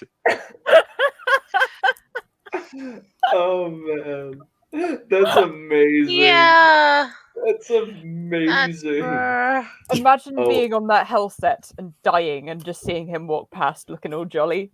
That would keep you alive. Well, he is a ginger, so they are quite good at unnatural situations. Yeah, well, it's just people just being bodies laying in the freezing cold for 12 hours. That's almost as bad as the frickin' hard home thing. It's just the same problem all the time. Like, this is 19 degrees for crying Use out loud. mannequins for that. You don't even need to use that. Just use snow and just put some clothing on it. Yeah. It's already 19 fucking degrees. And it's already pitch fucking black. Do you really think somebody's going to notice? Yeah, we couldn't see them anyway, so why bother to have that? I can't see. Can't see them. Listen, everybody, I want you to ask yourself a quick question. What if you saw the long night? What did you see? Nothing. That's how I pretty much everything that was lit up by fire. That's it. Yeah. That's how I lost half my face because I couldn't see anything. And the cool blue. We saw the cool blue light sometimes. Yeah. Yeah, Christopher Hugh is such a Chad. He's just So is the actor's name Chadwick or something? The Tormund actor? Yeah. Yeah, well, we already had our, Chadwick, who is unfortunately passed. Oh. Oh, sorry about that. Rest in power. Yeah, Chadwick Boseman. Chadwick Boseman died way before his time with stinking cancer. But Chadwick. It's almost kind of amazing. It's actually really amazing the fact that he kept this under wraps for so long. Yeah. And now we're kind of just dealing with this is kind of the same thing over and over again. It's the freezing, people being frozen for 12 hours, 19 degrees. 19 degrees, everybody. 19 degrees. Oh, the fight expert's here. He's like, wait, I heard about a fight. What is it? While I translate. Oh yeah, by the way, for those people who are listening who are normal and use the metric system, we use Celsius. That's about -7 degrees Celsius. Listen. Listen. That's small talk we're talking about here. You're talking. Listen, I don't care what you say. That's not enough. No. Oh, I'm the person that would say Kelvin superior. All right. That's fair. Okay, so by the way, 19 degrees Fahrenheit, 265 Kelvin. Yeah, so it's actually warm out. So I don't know what people are complaining. No, that's freezing cold. Fucking hell. Warm. Okay, what's 75 degrees Kelvin? That's warm. What is the what's the freezing temperature of water? Just so we have 32 degrees Fahrenheit. It's 0 Celsius is the freezing temperature of water. 273 degrees for 273 Kelvin. So so 32 degrees Fahrenheit is when it freezes water. Yes. No, you're on fire. But the thing is, right, also, maybe for context, for the people that are around in this, right? Okay, fair enough. -7 Celsius is but you don't very, work on a movie. You don't work on very a movie cold set for outside for 12 hours. Yeah, you don't lay on the ground for 12 hours in 19-degree weather. Christ. Yeah, no, -7 degrees C in the UK is really cold. We don't get that cold very often. So for the people around, that's their bodies are not going to be used to that. Yeah. And also just the fact that they're so they're supposed to be working outside for multiple hours, and as far as we know, the heating systems in the tents probably suck. Well, we know they stink because we know about the freezing toilets, right? Well, probably, it's not the usual kind of temperatures we get, so they're not going to be prepared for it. I mean, we're not prepared for anything in this country when it comes to cold temperatures. Are you bundled up for several hours? You get to be bundled up, I imagine. They have to have their faces exposed. Not every actor in The Long Night had the same grueling schedule. Performers whose characters were in Winterfell scripts, like Peter Dinklage, Nathalie Emmanuel, and Sophie Turner, were spared the worst of it. Sophie Turner. I only had 2 night shoots. It wouldn't have been in Sansa's nature, really, to have been fighting. But I wanted to work with the stunt guys so much. They're an Emmy Award-winning stunt team. And the only time I worked with them was when I was being slapped or beaten, which wasn't so fun. Then again, if I did have stunts, I'd probably have had to do 70 night shoots. It probably worked out. You actually got slapped? Yeah, she got slapped multiple times across the show. Oh, ouch. Like literally being slapped. Probably. I wonder if they had to do reshoots so she got slapped more. Oh my I mean, god, I doubt people yeah, actually no. It's probably stage acting slapping, but still. Yeah. Yeah, it's stage slapping, It's so not actually getting hit. I hope. I don't think I so. wouldn't put it past them. Yep. That's true. These guys are liable to do anything. Yeah. Smoking Video. doors. Ouch. Oh. Wait. Everything has to be real. When filming scenes inside the studio, don't worry, Don, we'll get to it. The cast was kept far warmer. But generating the episodes Fog of War, a blinding blizzard of mist cast by the Night King, where the fuck was that? Required either Fog of fog War, was it machines RTS? Or CGI. or CGI. Naturally throws up for real smoke, which meant burning paraffin and fish oil inside the studio. Inside of But- the fucking what? But they inhaled smoke Oh my day fuck. after day. Crew members the began coughing up fish wax. Oh my god. Face covering breathing masks What? multiplied on set. What? At least one crew member was taken to the hospital What for the an fuck? asthma attack. Holy Oh The no! studio What? hangar's massive Shit. doors were opened periodically to clear the air, and red-eyed crew members poured outside into the Belfast rain and cold, seeking relief from the comfort of the studio. What the hell? What the No! fuck is What? this? What? Wow. No! Holy fuck! This What like the? What the? Oh this my is like- god! what the fuck Okay, is like, this? listen, there's a Like- difference between there's a difference between paying for your art and then what This for is distance. This is not that!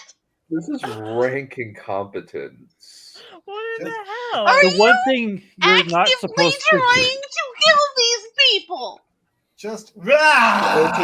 It's like, Yeah. listen, artists do suffer for their work. That's why it's called painting. But this is not painting. Oh, And this dear. is this is like Okay, so this is the Occupational Safety and Health Act. The main statute protecting workers' rights is the blah blah blah blah blah of 1970. Blah blah blah blah. The OSH Act ensures a number of rights, including the right to receive training, in layman's terms, on the hazards of the workplace, including ways to avoid them. Make a confidential safety or health complaint. Make a complaint to OSHA without fear of reprisal, discrimination, or retaliation. Take part in OSHA inspections of the workplace if desired. Obtain documentation of work-related injuries and illnesses. Retrieve copies of any tests done to measure workplace hazards. As far as That I shit know, insane. as No. far as I know, there are no active lawsuits, but that's mainly because lawsuits like themes are free through book reports. Yeah. Obviously. Ugh. Good God. This is madness. Like little This fucking is- madness. this book alone has enough evidence to get these two locked up for a very long time. For the rest Yeah. of their lives. I don't think they get a parole after this. No. Okay. Here, Section 17 Penalties. Any employer who willfully or repeatedly violates the requirements of Section 5 of this Act, any standard, rule, or order promulgated pursuant to Section 6 of this Act, or regulations prescribed pursuant to this Act, may be assessed a civil penalty of not more than $70,000 for each violation, but not less than $5,000 for each willful violation. Oh, Interesting. What counts as willful, I wonder? Mass smoke inhalation, yeah. Yeah. Mass Explosives. smoke. Keep in mind, it says any employer who willfully or repeatedly violates. And we have way more than 2 examples in this book. This is definitely repeated. They learned absolutely nothing. I didn't think we were getting another like people falling through the fucking boat level retardation so quick. I mean, what? This is like yeah.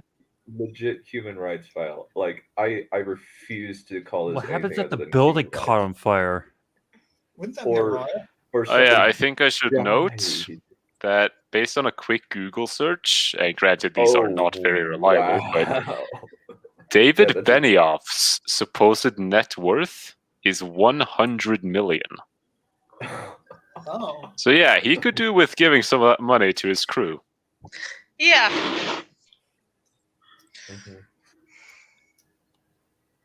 I'm depressed now.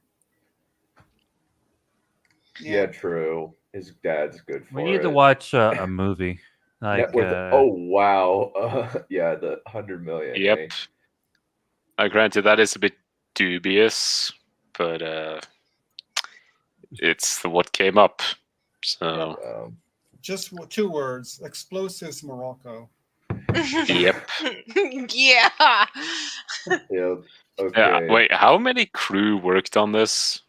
100, A lot. or at least 100, possibly more.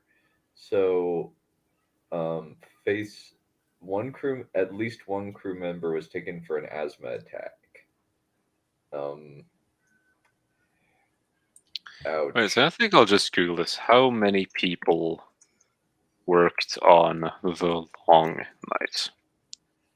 And a bunch of people were coughing up fish wax. Yeah. Holy Whatever that fuck! is. This is gonna be like, extremely nut. Like I am wondering how Twitter is gonna According to react to this. IMDb, filming this episode required 55 nights and an unknown number of day shoots on stages, with roughly 750 cast and crew members. Oh, wow. If these guys come together, they could sue the fuck out of these people. Yeah. That's just net worth. Yeah, I was thinking that was only David Freeman's, but then I realized, it's Mr. Benioff's net worth.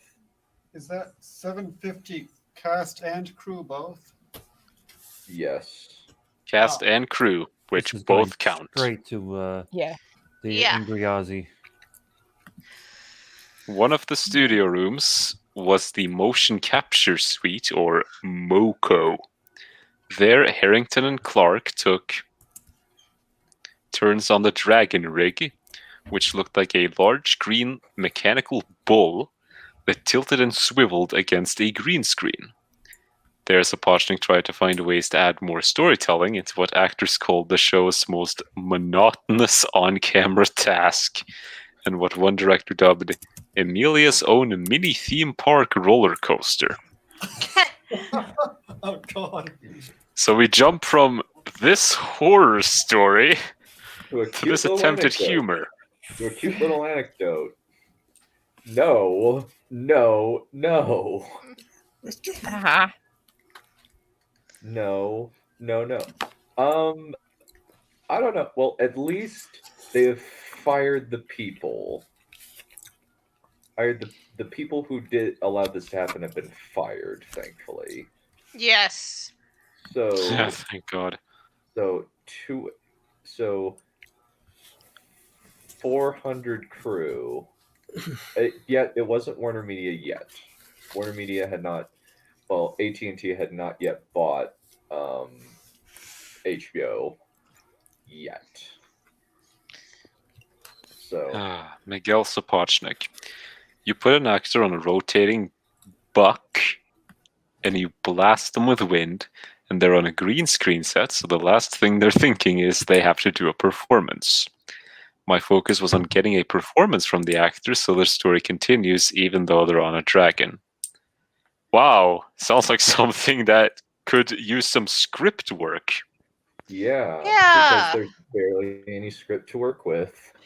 It's just descriptions like, is this going to be an epic The Night King turns and faces off with John. Will this be an epic action scene? No.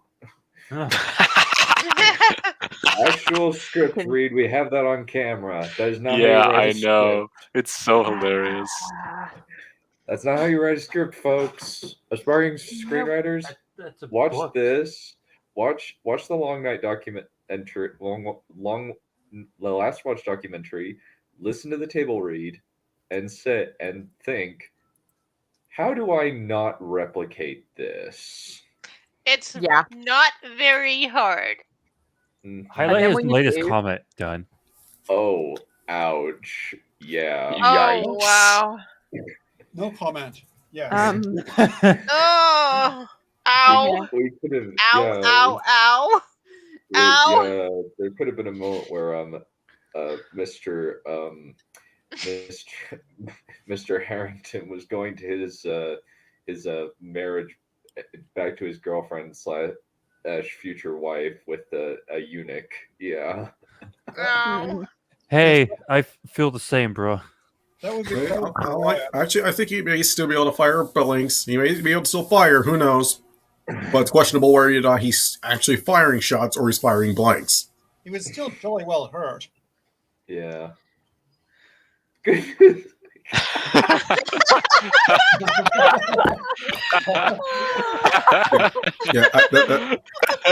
would assume. Yeah, that's good news. That's good news for Benioff.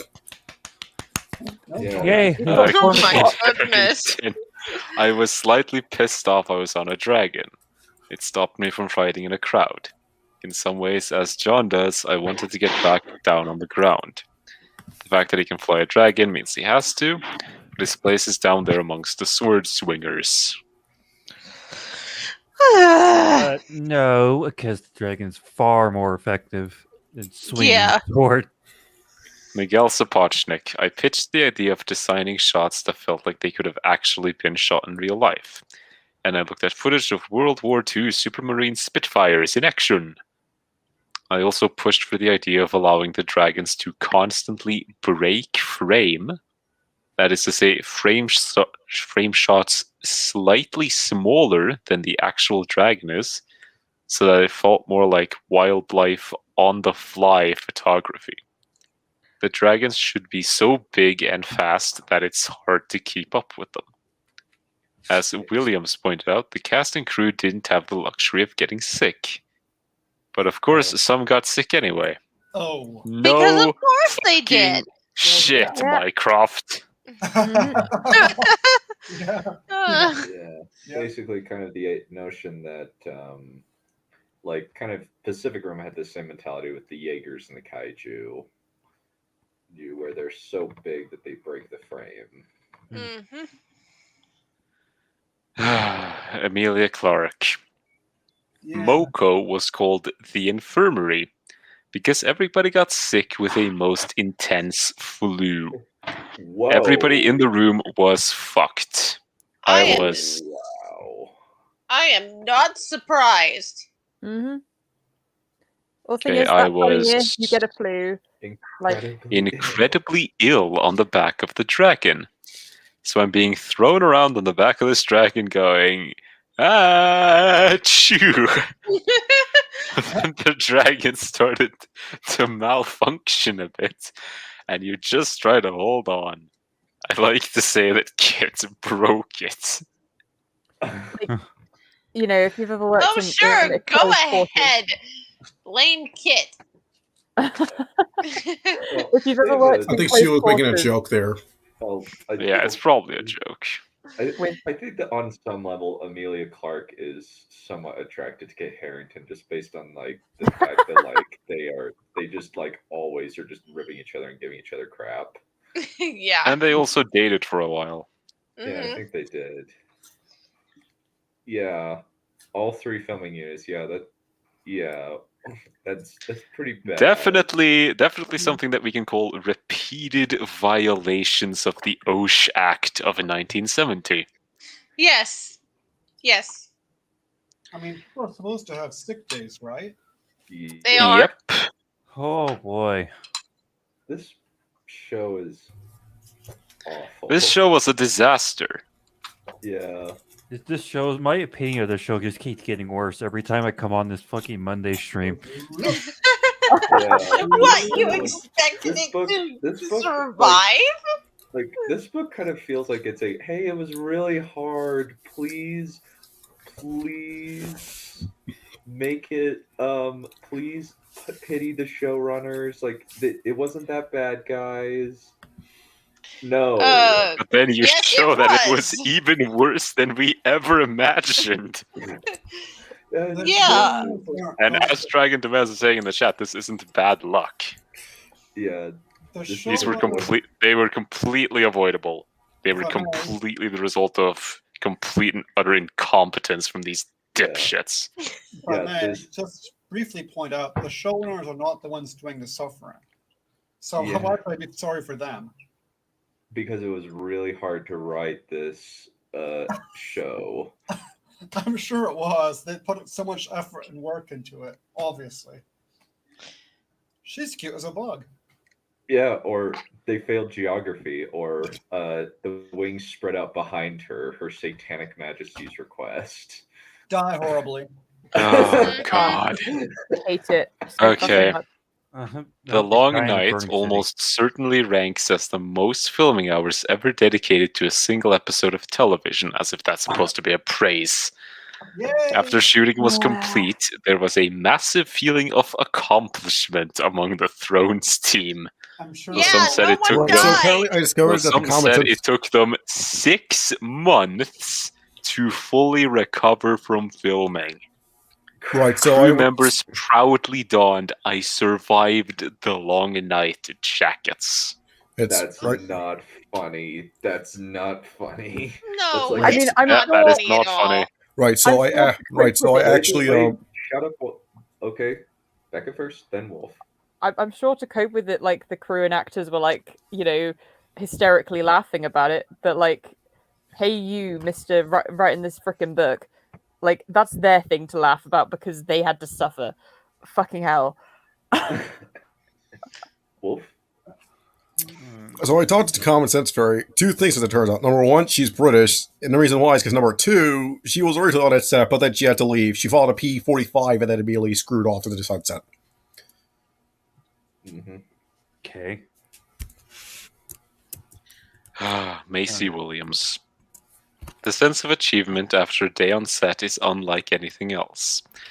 Even on one of those really tough days, you know it's going to be part of something so iconic.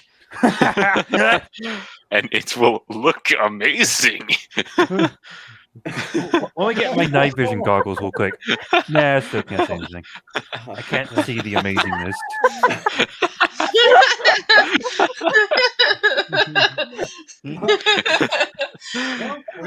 The hard work It's so pays iconically off on terrible. this show. Oh, wow. Everybody's so bushy-tailed. Ian Glenn, you had an absolute fucked bunch of actors, but on screen it looks horrible and dirty and dark and cold. Without getting too method about it, it bleeds onto the screen.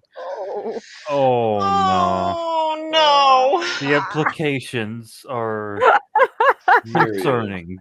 Oh my god. Ugh. This is Literally terrible. bleeds onto the screen. What? Literally bleeds onto the screen. Maybe it does. Yeah, it probably does. It doesn't literally, but he says like it bleeds onto the screen. But yeah, I imagine like some of the blood might have been real. Unfortunately. Great. Oh, God. Fish wax. Oh, great. Come on. Oh, yeah. This is going to be something. You guys are all going to love this. David fucking Benioff. Maybe my proudest moment from this show was when screening The Long Night at the Man's Chinese Theater. When Arya gets the Night King, the whole theater erupted. I was sitting next to my wife and her best friend, Sarah Paulson. My wife was grabbing my arm and Sarah was screaming. I'll never forget that feeling. keep going. Read the next bit. Yeah, don't you worry. The critical reaction to the episode was quite positive. Oh boy! Less effusive than the team had hoped. I have a clip specifically for this. Sit down and shut the fuck up. Yes. People were still in denial when this happened. God damn it. People were going ballistic over how blisteringly stupid this episode was all over the internet as soon as this fucking dropped. Can I say something real quick? I mean, people were very much into denial at this point because they're like, "Don't wait until the end; it'll all make sense. There's gonna be some big payoff." You know, the sunk cost fallacy and all that. They're like, this show is so. If you think this is the Night King's end, you're just not paying attention. You're wrong. Really? You're wrong. You're lying. This is Game of Thrones. This isn't some generic fantasy show. Where I should just let everybody know. This episode originally aired on April 28th. Mauler's unbridled rage for it, which now sits at nearly 1.5 million clicks, came out on the 2nd of May. Yeah, he like blazed that one out. He was clearly furious. Yeah, and he went full Justice League on that. Yeah. I mean, granted, that one is just like 45 minutes and not 2.5 hours. But man, I think Justice League was only 2. Yes, it says something when your work is so bad that Mauler has to make a video on it, and it comes out sooner. Yeah, he was like really fast, and he was just clearly like super angry. And also, like, Wolf was freaking angry when he was like asked about it with Southpaw. That is a glorious rant. JR so glorious. Rape Martin. Tolkien would rape him and love it. That was okay. Let's continue. Let's get to the end of the paragraph and we'll talk more then. Yeah. A Long Night certainly lived up to being the show's biggest rumble yet, and it was extremely effective, wrote Empire's James White. We felt the emotional impact of those who died, cheered at various near misses, and watched as the conflict evolved between skirmishes, grand conflicts, and some true horror stalking the halls. Okay, that near Many viewers at home, however, struggled with the episode's intentional dimness, which was used to literally dramatize a long night. No. The issue was likely made more noticeable when the episode first aired due to video compression. Some cable providers significantly reduced content resolution, particularly during peak usage. Subsequent viewing of the episodes, especially on Blu-ray and on properly calibrated TVs, showed the episode's action clearly. Bull fucking shit. Oh my god. But it's also fair to say that fans shouldn't need the highest quality video stream or to change their TV settings in order to watch their favorite show. Okay, so you guys mentioned like the Wolf rant. Yeah. I have here's the mirror. Here's the re-upload. I found it. Yeah, we should watch that as a palate cleanser when this Yes. is over. Yes. May I briefly remark on something, please? Mm-hmm. Yes. Thank you. Near misses. The first thing that hopped into my head was when people ought to die because they're being attacked by whites, and then the camera blips away, and whoo, next scene they're fine. That's what hopped into my head immediately. Oh yeah, because you're a functional human being. Thank you, Bartlett. Yep.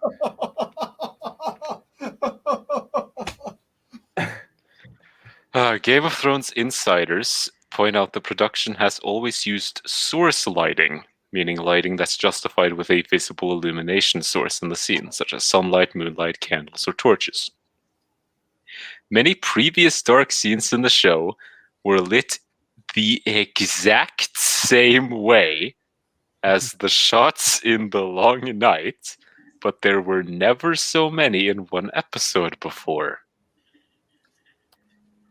Well, yes, because sometimes you can have a scene that is dark, and it doesn't matter so much because maybe it's a scene in a room or a dialogue scene or whatever, and then around it you have things that are lit properly, so you can figure out what's happening at some point in the episode, so people don't mind. But when you can't see anything for an entire episode, you kind of lose track of where the bloody hell you are. I don't know where I'm at. We're all in pain. We're all in Yeah. pain. Oh, holy shit! Yeah, expensive $1 million. Like, can I like also, Game of Thrones they don't Insiders know. point out the production has always used source lighting. Just put a fucking moon up. You can use. Just have a moon. Just have a moon to light it, or something, or have Oh more yeah, like that torches. moon shot at the beginning of the episode. Like, remember? Yeah, or do the torches like they had all throughout and didn't use. May I remark on something? Yeah, go for it. Night for day, and I never heard about this, but I watched from the Dragon Man's videos. You can use night for day. You can film it day, and then you can do you can doctor it up to make it look like it's nighttime, and you can do that. I believe that's been done for like ages, like since very early in the cinema, if I remember correctly. But it's not real, Blarion. But that's you're not what right. cinema I'm an is. idiot. I take it back. It's also not real to cut to another shot. You know, like, it's not real to have music over the top. It's not real to be able to understand all of the words that the actors are saying at any one time because they're speaking in proper sentences. But that's cinema. That's how it works. It's not real. It's an impression that gives you the idea of something happening. Jesus fucking Christ. You mean it's art or something? I respect your opinion, Becca. Yeah, I should probably point out, like, they do this weird, like, brush over, or is it some cable provider significantly reduce content resolution, particularly during peak use. So what? And subsequent, like, if you can't see it, who the fuck cares what the reason is? Like, even if they reduce content resolution, like, if you have good enough lighting, no matter what your setting is, people can at least see what the fuck is happening. Have we read the first paragraph of Brian Cogman? Because, oh my god. No, we're gonna get to it. We're gonna get to that. We're gonna get to that. Like, also, subsequent viewing on the episode, especially on Blu-ray, it looks completely different on Blu-ray, no matter what you watch it on. And on properly calibrated TVs. What do you mean properly calibrated? You Because should unless not you're- need Because unless you're talking about box TVs from the 90s, nobody's going to be able to see this properly. And I'm sorry, but you should not have to watch anything in the 4K to be able to see what the hell is going on.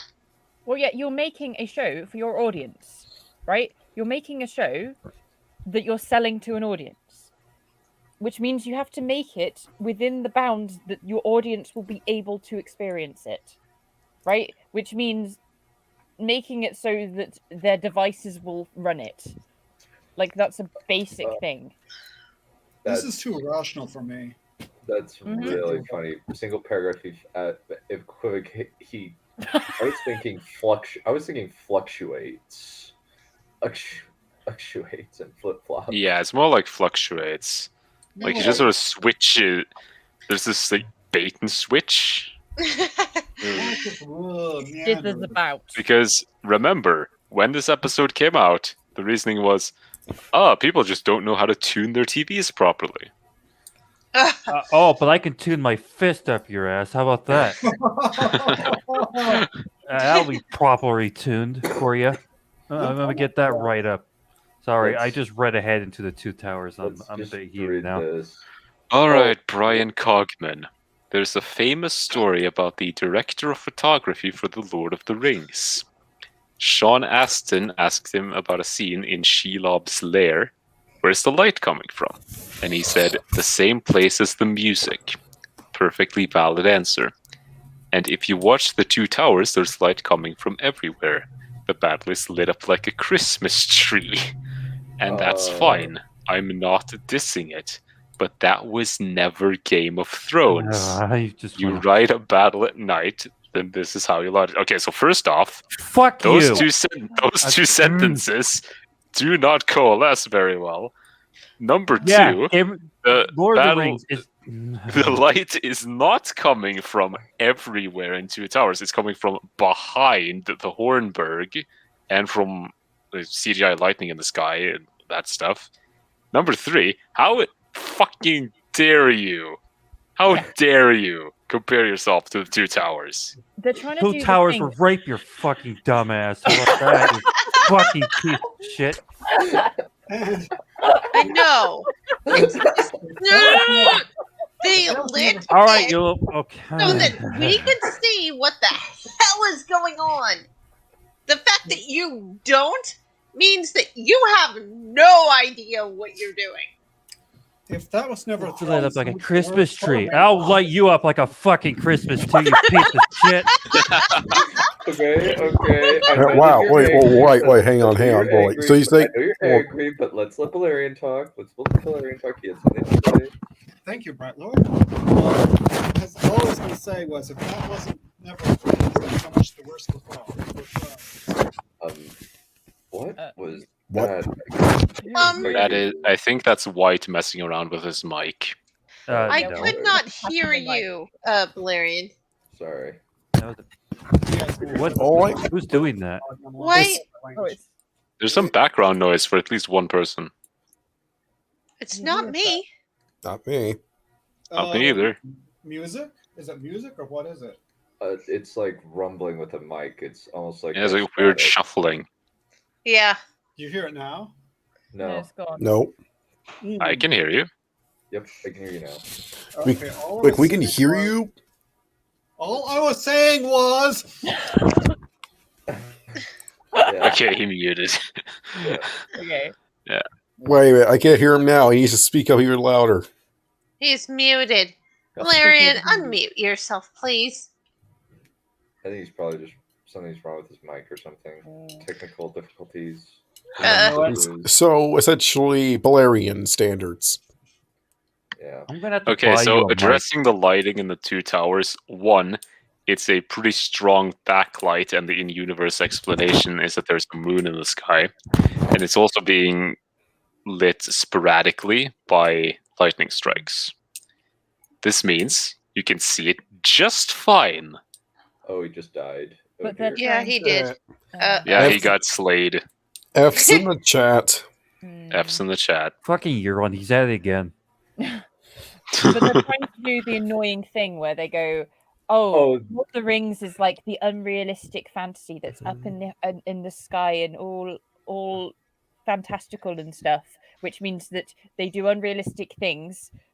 Like, and meanwhile, we do realistic things because we're just like Zack Snyder and we're mature and intelligent. Yeah. And We Eddie. stab little girls in the chest and they fall into the lake water and not like canoe water, and now we're fine. We drank soup. It's fine.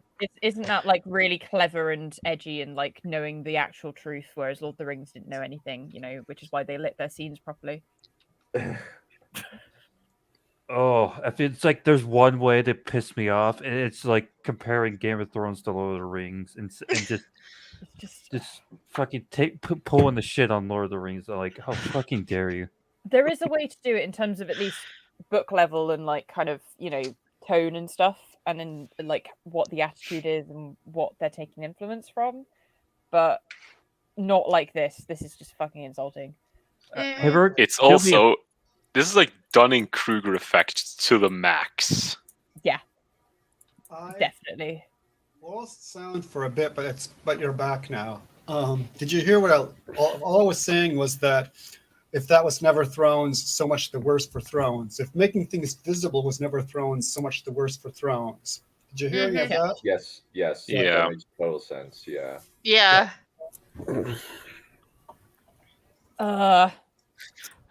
Let's just move on.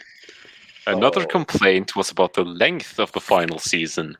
Some wished Thrones had filmed more episodes to further flesh out the story's final arcs. Those who work on the show insisted they could not have shot additional hours for Season 8, especially after making The Long Night, and whose fault is that? Each year, the Thrones team pushed their limits. In the final season, they reached them. And whose fault is that? That's because yeah, it's not like you could have done anything differently. They only had to reach them because of incompetent management. Management being incompetent with David and Dan. What else is new? That's Carolyn Strauss, former programming president at HBO, executive producer. People are like, well, they should have done more. The truth of the matter is it took so long to make the episodes that we made. I don't know how it would have been physically possible. Or maybe if you shortened it and made this more manageable. There are a lot of factors that go into making this. Practical ones and storytelling ones. Oh, boy. These guys did a masterful job of considering all those questions. Oh my god. Here's the thing, right? It's like they're acting like the other seasons weren't 10 episodes long. Like, you did it before. I know you didn't do very good on those either, but like you did 10 episode seasons. Just do it again and don't do the freaking long night. What were you doing those 2 years? Oh my god. Circle jerking. They were 69ing all day. You do know that you could have fired the incompetence at the head of this thing, right? You do know that. Or yes, we are. We're Philistines, unable to grasp the brilliance of abusing your cast through incompetent management. You people are just too rational. This goes beyond reason. Have you ever heard of the saying, "The heart knows its reason, whereof reason knows nothing"? Oh, Yes, I have heard that, but this is reason that I shouldn't need a reason to like be sympathetic to people who have had their rights violated. Mm-hmm. That's just bleeding heart. That's just bleeding heart. Yeah. Could the show have made a 9th season instead of more episodes for season 8? In addition to the showrunner's belief that there wasn't enough story for another round, some claimed delivering the spectacle of season 8 was only possible because the cast and crew knew it was the finale. So second part of that, okay. The first part, bull fucking shit. Bull fucking shit to the max. Bullshit. Survey says bullshit. Bullshit. Bullshit artist. You fucking con. Yeah. Survey says that's what I thought. Survey says go fuck yourself in a fucking ditch. I will kill you. I will hunt you down and kill you. Mm-hmm. Dave, Dan, go fuck yourself with a cactus each. I will hunt you down and kill you. Listen, I can't listen. A cactus is too nice for them. They need something worse. What did cactuses ever do to you? Yeah, I won't get that. I mean, Yeah, there okay. are cacti that have thorns that are curved. Okay, I got an idea. Like weirdly, the hairy looking ones where like the thorns like are tiny, but they you can't get them off. Okay, I got a quick not question. enough story for I got another a quick round. I got a quick question to ask all of you. How much hentai have you seen? None. I don't Let's fucking not. care. Let's not go there. Yeah, let's not go there. That's Let's not go there, Wolf. You know where this is going. No, Wolf, No, don't make you're me not. set you. That's like if you tried to make scrambled eggs and instead you caught syphilis. How does that level of failure even exist? Just It one, does. Listen, I just want to say one word. Wolf, we're not. We're not. This is not happening. No. I will mute you. I will mute you. Well, you know what I'm going to say next, so there. Okay, let's It's keep in your going. head now. Let's keep going. Okay, so there was Bernadette Caulfield. Was Several of our hero team players were like, I almost quit. They People should were willing have. to, yeah, they should have. That People was were willing a to fucking go that crock. extra mile for season 8 only because they knew it was the final season and they knew it had to be spectacular. Yeah, a They would have spectacular given it fucking their all, failure. even if there would have been a 9th season. I mean, it might well be more like they knew it would be the final season, and they knew they could get the fuck out at the end. But you know. Yeah. Yeah. Oh, God. No, because we can actually not do night shoots. We could just do, fucking, just do this in a fucking set. But no, because the show was ran by fucking retards. No, Stop we can't. advocating for sanity. We gets don't do better. sanity in this building. We do 70 live fucking horses. Oh no! It's If better. it hadn't been the last season, there would have been a mutiny. Oh my god. No. No. What would have happened was if David and Dan had like swanned up to the night. She's like, "Hey, how's it going, folks?" Looking all chipper and stuff. Somebody would have said, "Hey, I got a shank. There's a large snowdrift over there. I doubt anybody would miss them." Yes. No, give me long claw. Wow. I think that I think that mutiny is an understatement. I think that cold-blooded murder would have happened on this. It would have been like a Yeah, math that's thing. what I though. said earlier. It would be like a lynch mob. I shouldn't have said lynch mob. Sorry, that's being like a mob anyway. The world would just kind of forget about David Benioff. I think That'd be nice. just a good old-fashioned witch hunt would have happened. It's just David and Dan. Hey, there's a thing over there. We want you to see it. Oh, what is it? We accuse you of human rights violations. We are not standing for this anymore. Hang him. Die. Die. Or, Jimmy, die. oh wait, no. Burning them at the stake would have been inhumane.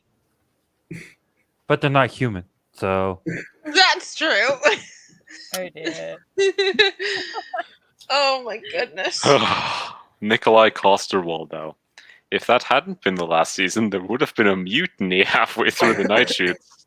Like you should have done a mutiny halfway through the night shoots. You should have.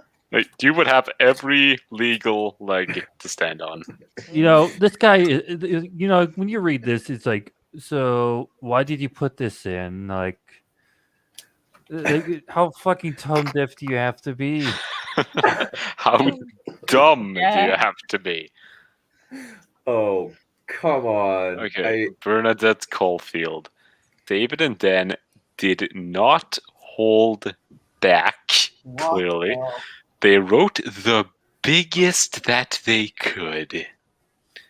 We tried to reduce some things, and David and Dan and Miguel were like, nope, we need it. Like what? Every department was stretched beyond where we should have stretched them. Like, we had 2 visual effects team, which we never had before, working 7 days a week for a year, trying to keep up with the shot list. 7 days a week for a. Did it have? Everybody said, I never want to do that again. It was the hardest thing all of us have ever done. It was definitely the maximum we could do. It just fucking amazes me. 7 days a week. Oh, I don't. It's not that it would be too good for him. It's not the. It's no. I think that's way too easy for them. I'm just saying that the crew probably would have done it. And it because they were so pissed at him. But yeah, like you're saying these people had no days off the entire fucking year. Humiliated. Like he's been freaking humiliated by this. This book makes him look so bad. It does. It makes him look like even more of a moron than we knew he was already. I'm sorry for him now. Oh yay! Oh, we're done. Nikolai Coster-Waldau. Thanks. George R. R. Martin, back in the day, said that this would be impossible, and there we were shooting it, and you failed. Yep. And the next one is about okay. The next thing is about Daenerys. Yay! Oh, I so want to get into this one. I cannot. I don't want to wait a week for this. We've already been here for 2.5 hours. Yeah, 2 hours and 20 minutes. So if people feel like we've been going at it for too short, let's just do like Q&A, like live thoughts, whatever. How long is the next chapter? Allow me to check real quick. I'll stop sharing so I don't spoil y'all.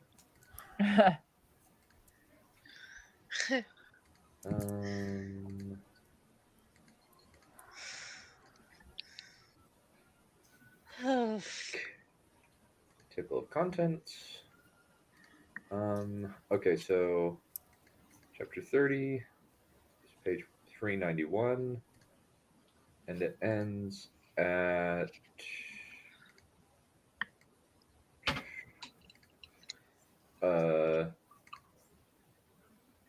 409. So that's 17 pages. Huh. So it's a bit shorter than this chapter. Well, we'll take it next week then. Yeah. It took us 2 sessions to cover this. Yeah. Hopefully it won't take 2 to cover Daenerys. It might. It might actually. There's a lot to bloody go through. Yeah, there's probably going to be a lot of pages. Straight up sleazeballery in the next chapter. Yep. Note the dragon demands. And next chapter, gaslighting us about Daenerys. Oh, fucking good. Yay! Yeah. The funny thing is, it's probably going to take extra long to break down of why the Dany stuff doesn't work, because it relies on a bit of actual analysis of her character, which these dumbasses couldn't be bothered to do in a million years. I like gaslighting people too. I put gas on them and I light them on fire. Yeah, I mean, we know that the whole evil Dany thing was a last minute thing. There is documentary evidence.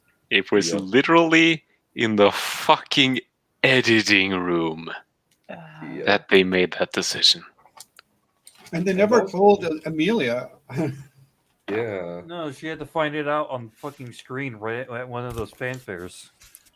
Yeah. And she barely was able to talk to like her guests at a charity dinner that she was hosting. Remember when we thought that the part where she went crazy, that's what we thought Amelia was rocking around town for? But it was actually far less. No, it was like actually just she killed a few civilians because of friendly fire. And then she learned that no, she actually her character intentionally lawn mowed them down. Okay, this is just like a very brief question round. Why do you think that dumbass and dipshit decided that narratively it would make more sense for Daenerys to burn the citizens of King's Landing? Well, so they the way it was done as opposed to how it was in the original script.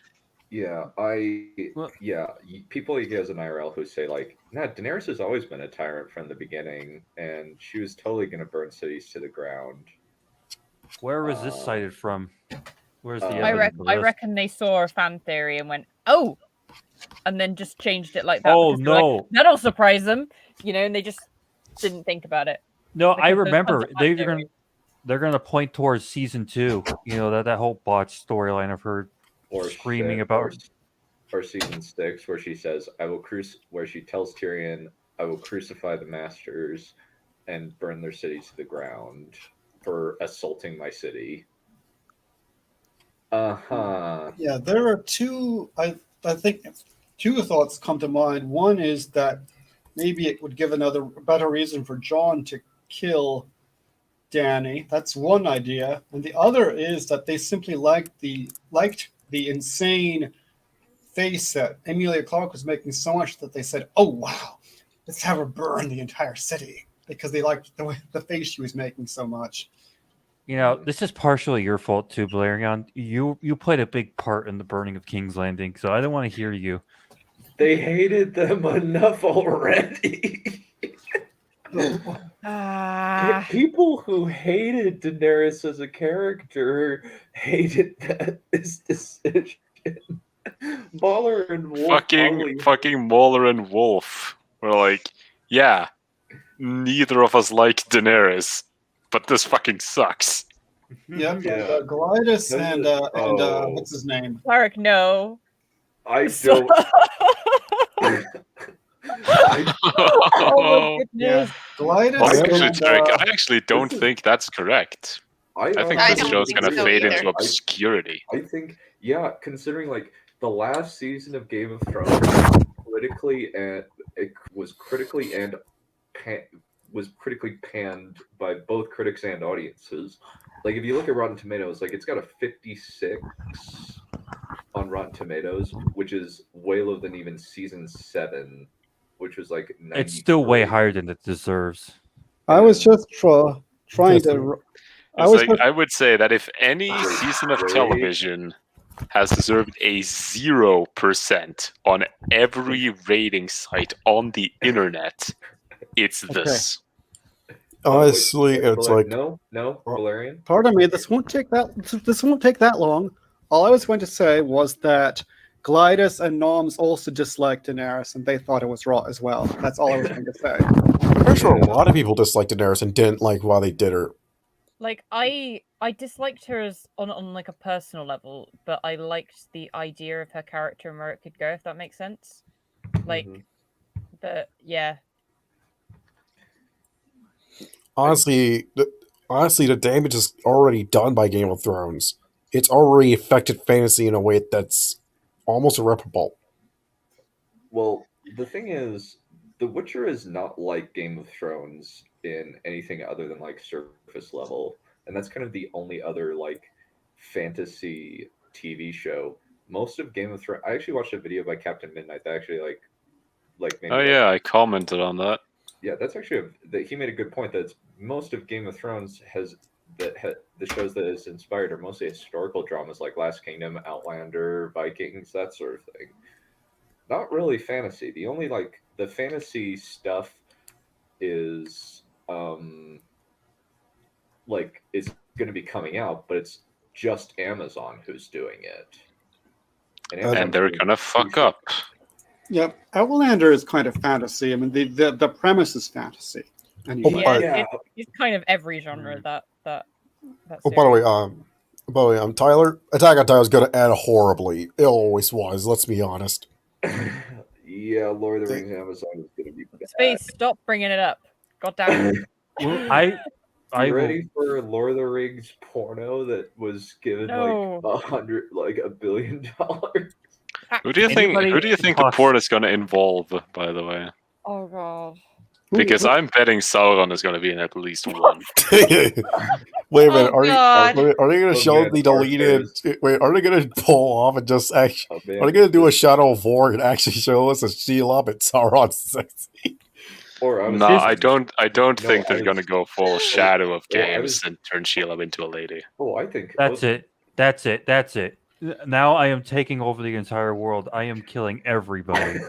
Well, hold on there, White. You need to calm down here. Have a drink. Maybe, I think he's quite right. Yeah, maybe they're what is it? Maybe they'll do a sex scene of Sauron and Ar-Pharazôn. That's how he seduced him. Oh God, no! The dead will rise again. No, no, and no, we will no, kill no, no, everybody. no, no. Yeah, I made a No. wombo of that.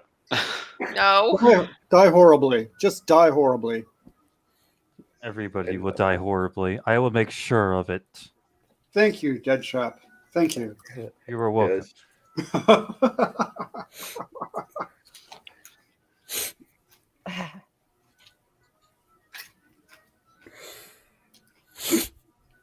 Indeed. No one else is disagreeing. I have to start recruiting for my new army. I will go next to the nearest God. preschool. Jesus fucking Christ. Nearest preschool. I have to start small. No, the reason he thinks this is probably because I suggested it. Possibly, yeah. DM notes, I heavily disagree. It was going to end horribly. Because it's John, he would have to say that just because he. John, you will answer for your crimes. Well, of the thing speaking is about this atrocity. Well, the thing is, I Making- know Amazon. Amazon likes doing this sort of thing. Like they are. I think they're trying to make up for the fact that Jeff Bezos was kind of a douchebag by making really, really like leftist leaning media, like The Boys. I don't see anything particularly left wing about having Sauron do a thing with Ar-Pharazôn. Maybe that's maybe you have a different definition of left. Let's not get It's into gay, politics. you know? Let's please not get into politics. It's gay, you know. Well, it's kind of just because Inclusive. like just Um, sick minds.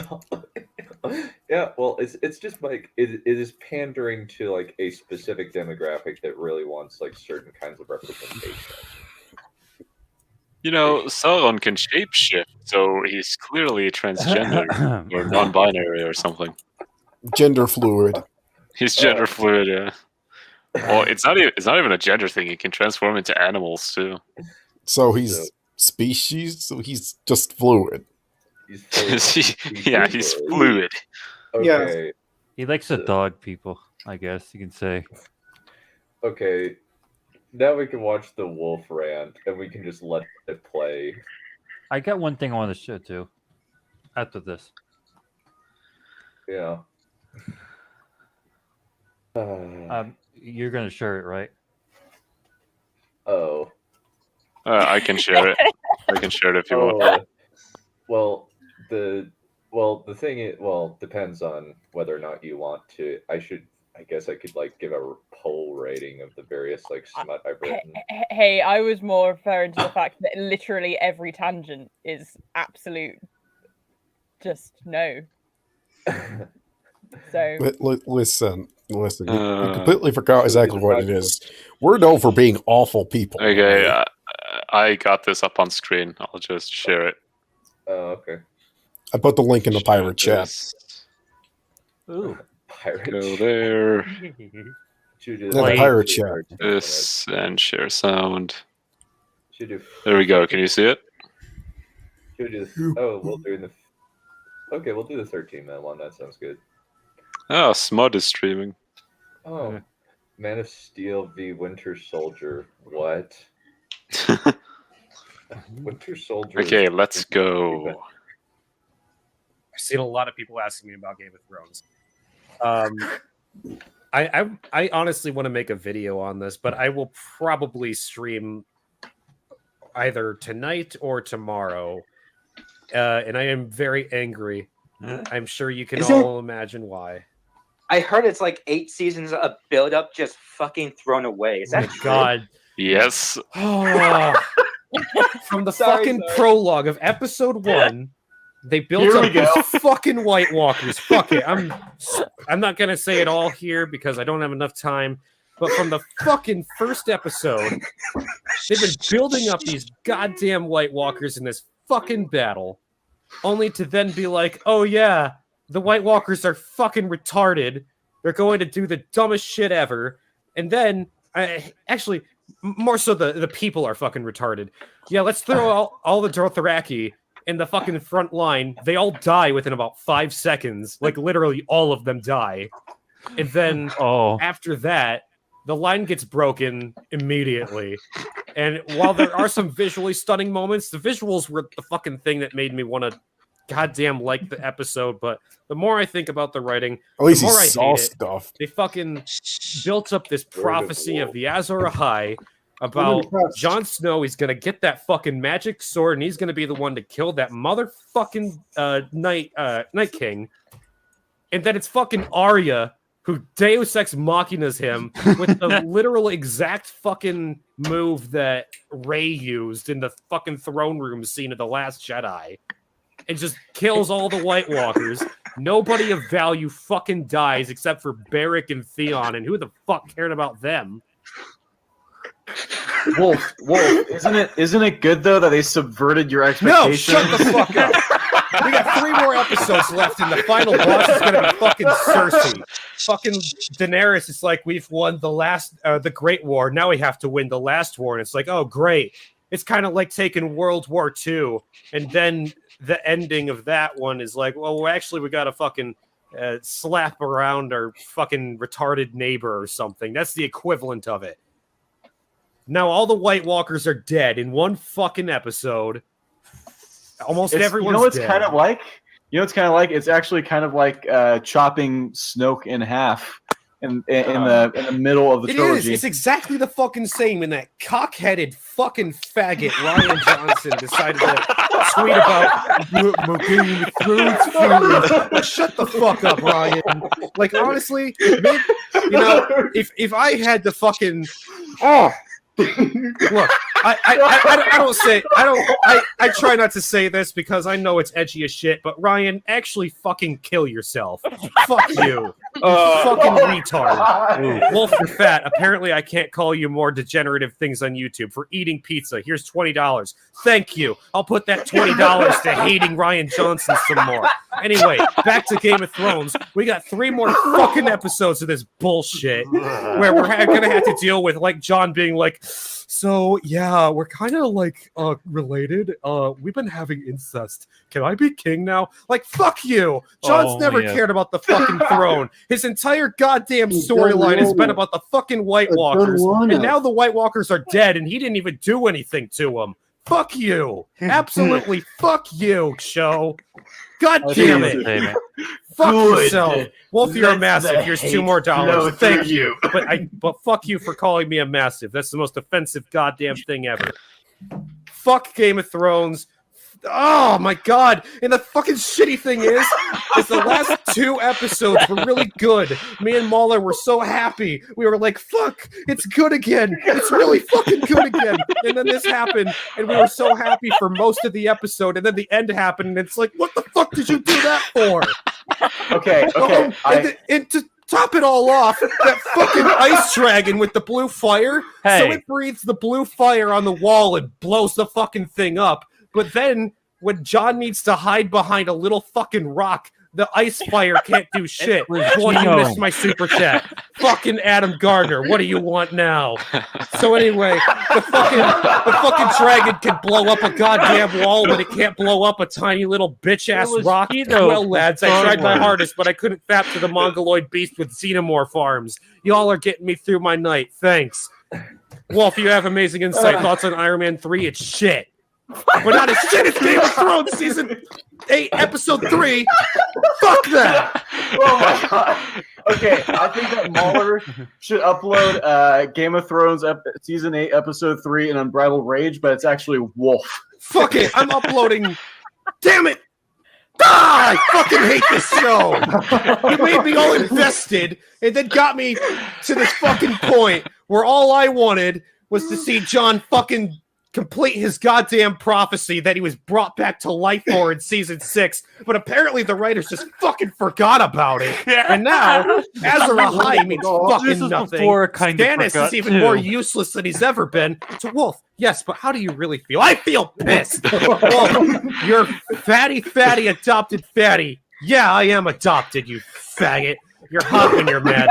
Tell me more, daddy. Fuck Game of Thrones. Fuck Season 8. Fuck Dan and damn it. I needed that. I really Weiss and needed Benioff or whatever. Yeah. Yeah. Fuck those two. Like, I realize... Well, are you excited that those two have been hired to write their own Star Wars trilogy? Honestly, Star Wars can get fucked with a cactus, and I couldn't possibly care less. Oh my god. I understand. Wolf, that's all fan stuff. Fuck you, Ryan Johnson! My point was that if an average schlub and you find yourself on the wrong end of a campaign like this, you are totally out of luck, YouTube Giphy. Yeah, pretty much. Yes, let the hate flow through you, heart. God damn it, Adam.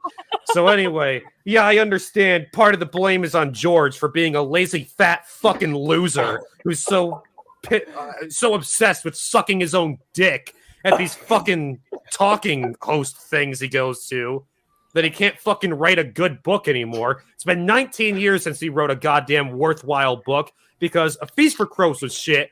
The Dance of Dragons was shit. Night of the Seven Kingdoms was slightly less shit, and Blood and Fire was a fucking history book about fake shit that nobody wanted. Hey, Wolf, at least if you were adopted, you were chosen. I was chosen! But apparently, Jon Snow, who was also kind of adopted, was chosen, and then they forgot about the reason he was chosen for anything. God damn it.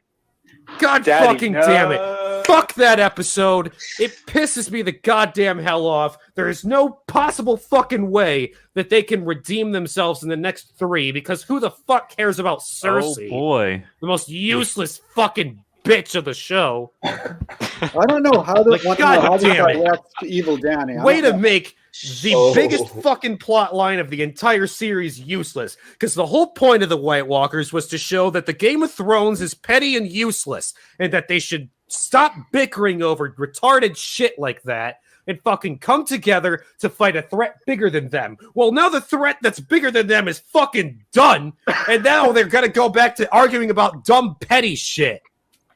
Wolf, you're just mad George R.R. Martin is better than Tolkien. Tolkien would rape him and love it.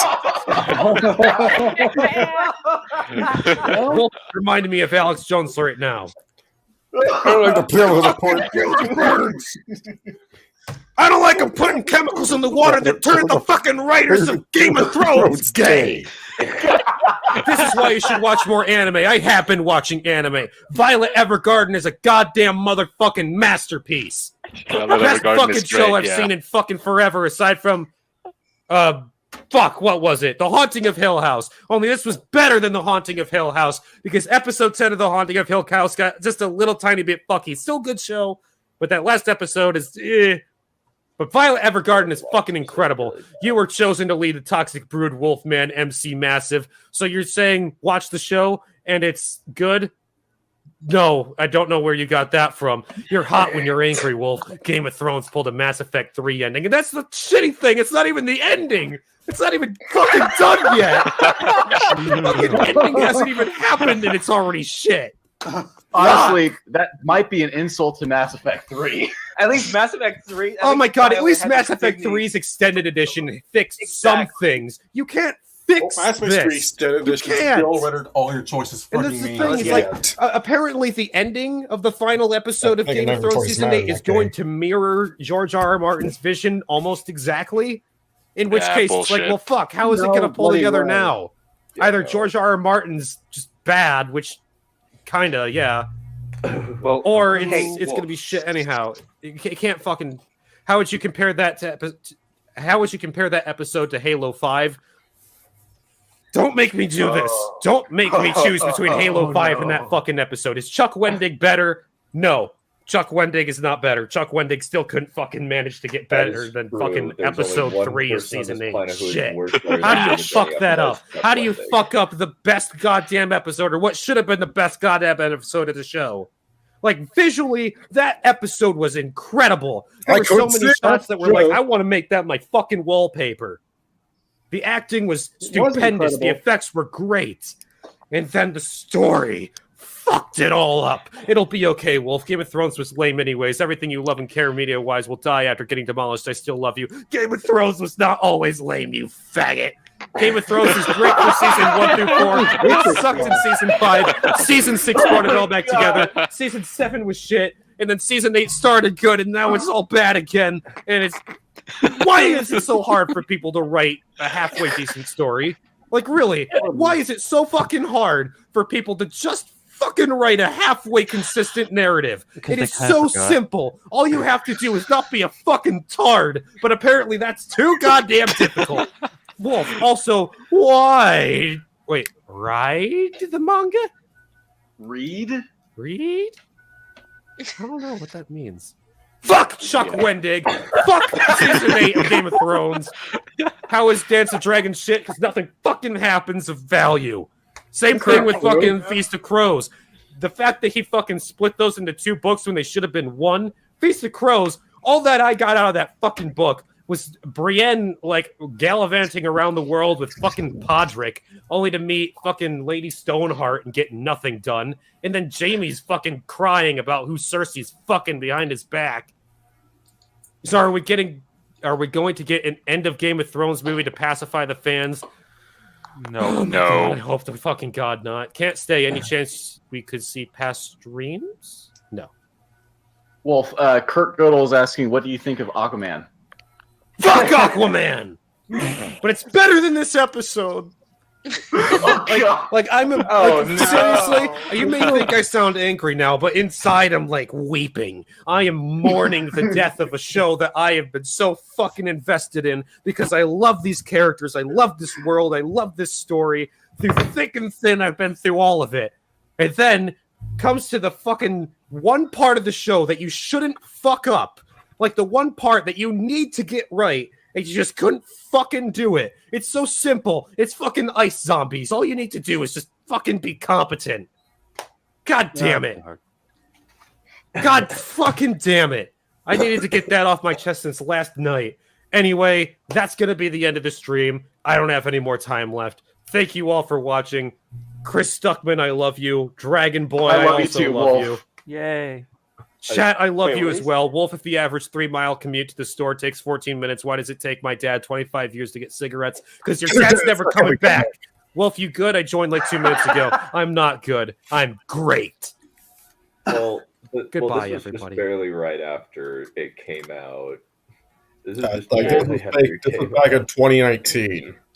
This Yeah, just barely come out. He needed to vent because it was like he was mad. That was Hey, like Dunn, legendary. look as at your fuck. Discord. Amazing at the time. What? Did you see that video I sent you? Which one? The interview? Yeah. I haven't watched the entirety. I kind of want to save that for our finale. Like right after we finish it, because I want to like see this guy BS his way through it to the interview. No, not that interview. The other one. Oh no, not yet. Not yet. I don't. By the way, let us just. No, hold on. Hold your horse, or you can leave. Wait, there are horses here? 70 live horses? Oh yeah. What is it? What is it, Andraste? What? Well, there are two things technically. So for how are we planning to wrap up this book?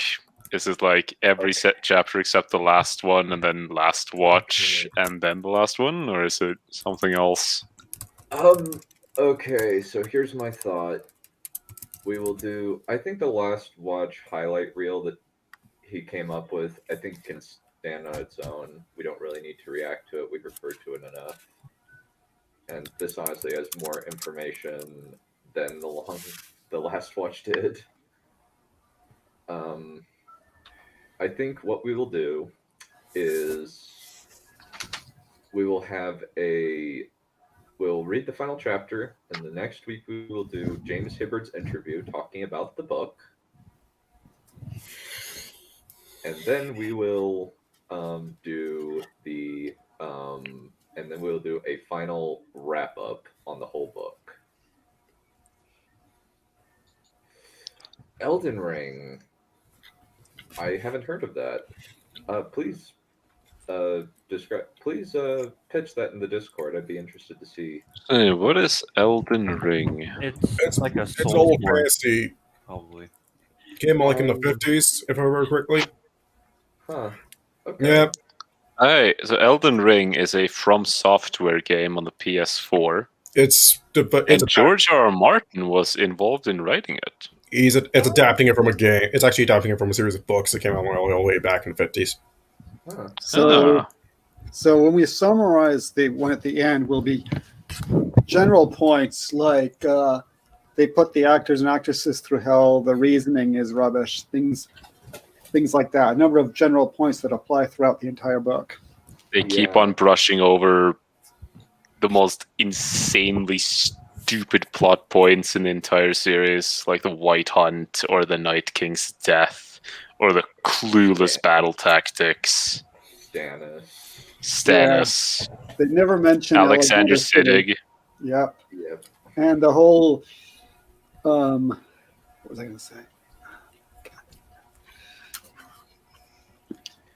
Actively taking shots at actors who they screwed over. Like the one who keeps complaining about it still on his whatever dumb forums he's on. And actively taking shots at fans for saying that the series was rushed. And it was. And trying to make out like that near disasters, people nearly dying and all that is high jinx. Yes, it's just high jinx, or else we worked so hard. Well, the showrunners didn't work so hard. No, they were hardly working. Yes. Yeah, they wrote work. What is work? Work is for 8th grade book reports. So I wanted to show you guys this minute-long clip. Okay, we will have to conclude it there with that one, since we're nearly reaching 3 hours. Okay. And we've kind of spent the last 50 minutes kind of like shooting the breeze about this really awful chapter. Yeah. I think we can crown this the worst chapter yet. Yeah. Oh yeah. It's definitely. bound to get worse. Oh yeah. The first part was the horrible like justifications of the terrible plot structure, and then the next one was all of the production woes that happened, including people nearly dying of asthma attacks. And Stay fun, you know. Oh, you don't do that. All right, let's take a look. First game was invent language. It's a riot. When I was 13 or 14, I've never stopped, really. Languages have a flavor to me, which I never understand people saying, for instance, it was awfully dry and dull, because a new language to me is just like taking a new wine or a new sweet beet or something. What I'm doing now is to try and write in Elvish, because my writing is very inferior to the Elv. Their standard greeting when meeting: a star shines upon our meeting.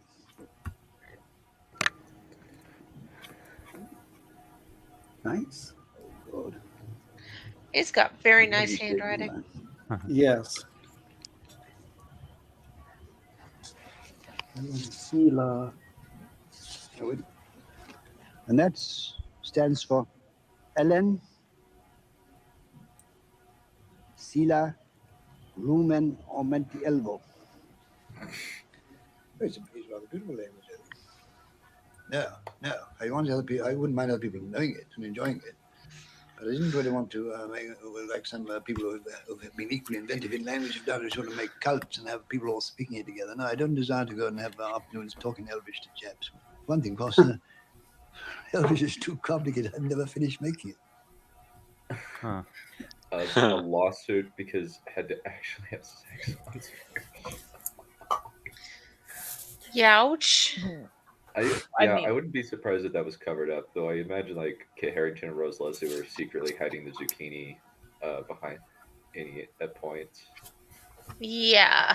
All right. But it surprises me every time, because on set, like, freaking the paperwork you have to go through, the things you have to jump over in order to get everything like safe and secure and above board is so high. You can't do anything without doing that, and it's just like, how did they fuck up this hard? It's just insane. Listen, there's a level of failure that exists out there that I don't think half the people even think of achieving. Mm-hmm.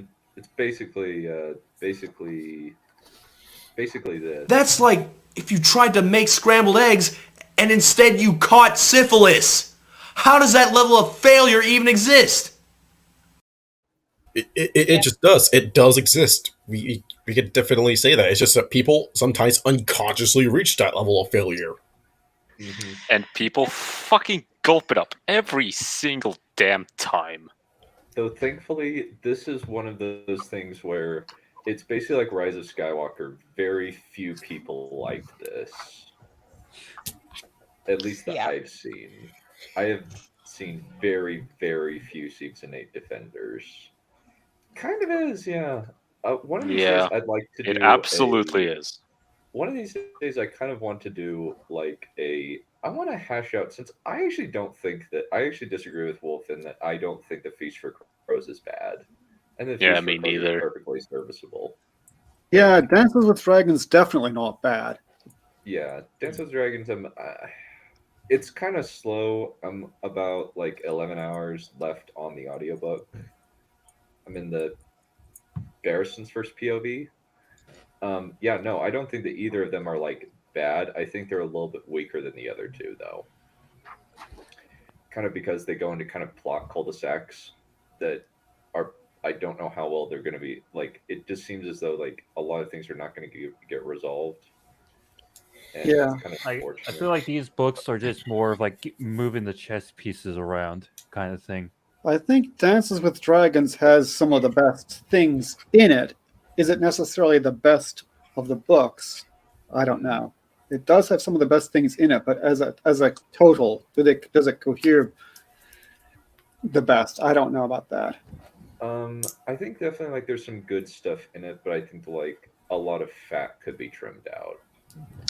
Yes. And also you might, I mean, I don't know if you could, but you might want to trim down on the amount of new characters that you just introduce and then are presumably going to carry further into the next couple of books. Yeah. Yes. I think, I definitely think that like I think that partially it's just he's introduced, like I think he probably almost just got kind of bored. It seemed, at least Future Crows kind of seems like he got bored and needed to kind of experiment a little.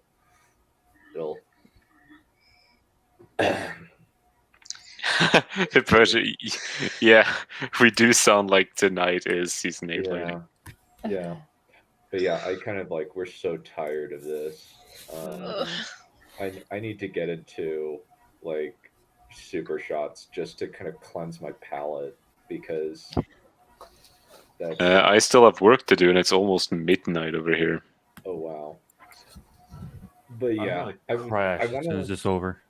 Yeah, I want to do, like, I've had like discussions with other people like that, like saying that like Feast for Crows and Dance with Dragons were travesties, mostly by somebody that I really don't like on like the Wheel of Time Discord, and I'm just like, her arguments were so freaking vague that it's just, there wasn't really any passion in it, and it's like, and just I was bored by the Ironborn and the Dornish. It's just, that's not a point. Yeah, it's just, it was pathetic. It's such a pathetic argument. And she's supposed to be a lawyer, which is kind of makes it even worse. But I guess like her just opinions of media are just really bad. Yeah. But anyway, one of these days we'll have a discussion about Feast for Crows and Dance with Dragons, which I'm just like, I'll probably entitle it in defense of Dance with Dragons and Feast for Crows. I'm definitely going to entitle it that, because it would definitely be like kind of saying like, this book is not, neither of these books are incoherent. Neither of these books are badly written. There is a lot of fat, though. That is the only criticism that I really have of Feast for Crows. It's like, and just because you don't like what happens in the book does not mean that the book is badly written. Well, it just means it's not to your taste. Yes. That's all it means. Even the weirdest thing is, like, it's not even really people, like like people aren't angry with the decisions like people were angry with the Sansa rape or the Battle of the Bastards or Stannis. It's just like they're just like nothing.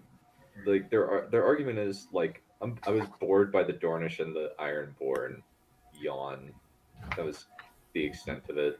Yeah, it's kind of off-putting at the beginning of Feast for Crows. You know the entire book, you're not going to meet Jon or Dany or these people you care about. And then the very first chapter is this random chap in the Iron Islands, and I think it's a few chapters before anybody you've even heard of. I think so. Cersei gets her first POV, and like her, Sam, and Arya are kind of the ones we know. Yeah, and it takes it's a few chapters before you get to them. I think the first one is the Prophet, and I think the next one might be Arya Hota. I know the prologue. The prologue's a dude in Old Town who gets shanked by who gets poisoned by Jack and Hagar. Yeah, that bit wasn't so bad, I guess. Oh no, I think that's fine. It was just like it was an abrupt like, oh, so this guy wanted to like buy this pretty girl's virginity, and it's just by the end it's like he grabbed a poison coin and now is dead. And he's dead, and it's like, who even was he? Yeah. Yeah. Well, He does that like every beginning and end of his books. Yeah. And Yeah. like Dance with Dragons has two major happenings. You get young Griff, and you get the death of Jon Snow, and you get the death of Kevin Lannister and Grand Maester Pycelle. So, well, a lot of it is very much, it's very end heavy. Yes, to put it that way. Yeah, you kind of have the build up of like you get. I think Theon is honestly the best part of Dance with Dragons. Yeah, he is. Yes, I think the Marine bits are decent though. Yeah, I think the Marine bits are decent. I'm listening to it, and I kind of like Roy Dotrice, like I love you, but your Dany one is really weird. Your Dany voice is really weird. He does lots of really weird voices, and he pronounces things in bizarre ways, like Brian. But I do like him. Pitar, yeah, I do like him. But oh, Pitar, let's make it, babe. And then when he starts singing, God help us. A bear was a bear. Oh yeah, we were just listening to that a couple of weeks ago. But what was I going to say about him? He does get into it. He does sound like he's having fun. And I think he holds like the Guinness World Record of most characters voiced or something like that. Fucking croggy old voices he does. Yeah. Somebody said that he made Jamie sound like an 86-year-old smoker. I don't know if I'd go that far, but like I honestly like the reader for the fourth book a little bit better because like he reads Cersei with kind of a weird malevolence that I kind of like because Cersei is freaking cray-cray. And like even listening to Dance with Dragons, like, oh wow, Cersei is freaking nuts. Yeah, she's definitely not the kind to burn down the city at a whim. Yeah, like no, that's absolutely Dany. You know how she hates the common people, right? Yeah, I forgot. Yeah. Well, she literally likes smashing those beetles. It was really painful. Yeah, she totally hasn't ever killed civilians who didn't commit a crime, who didn't murder somebody, or or just look at it the wrong way, you know. Yeah. So let's kind of end on an appropriate meme for this. I hate you!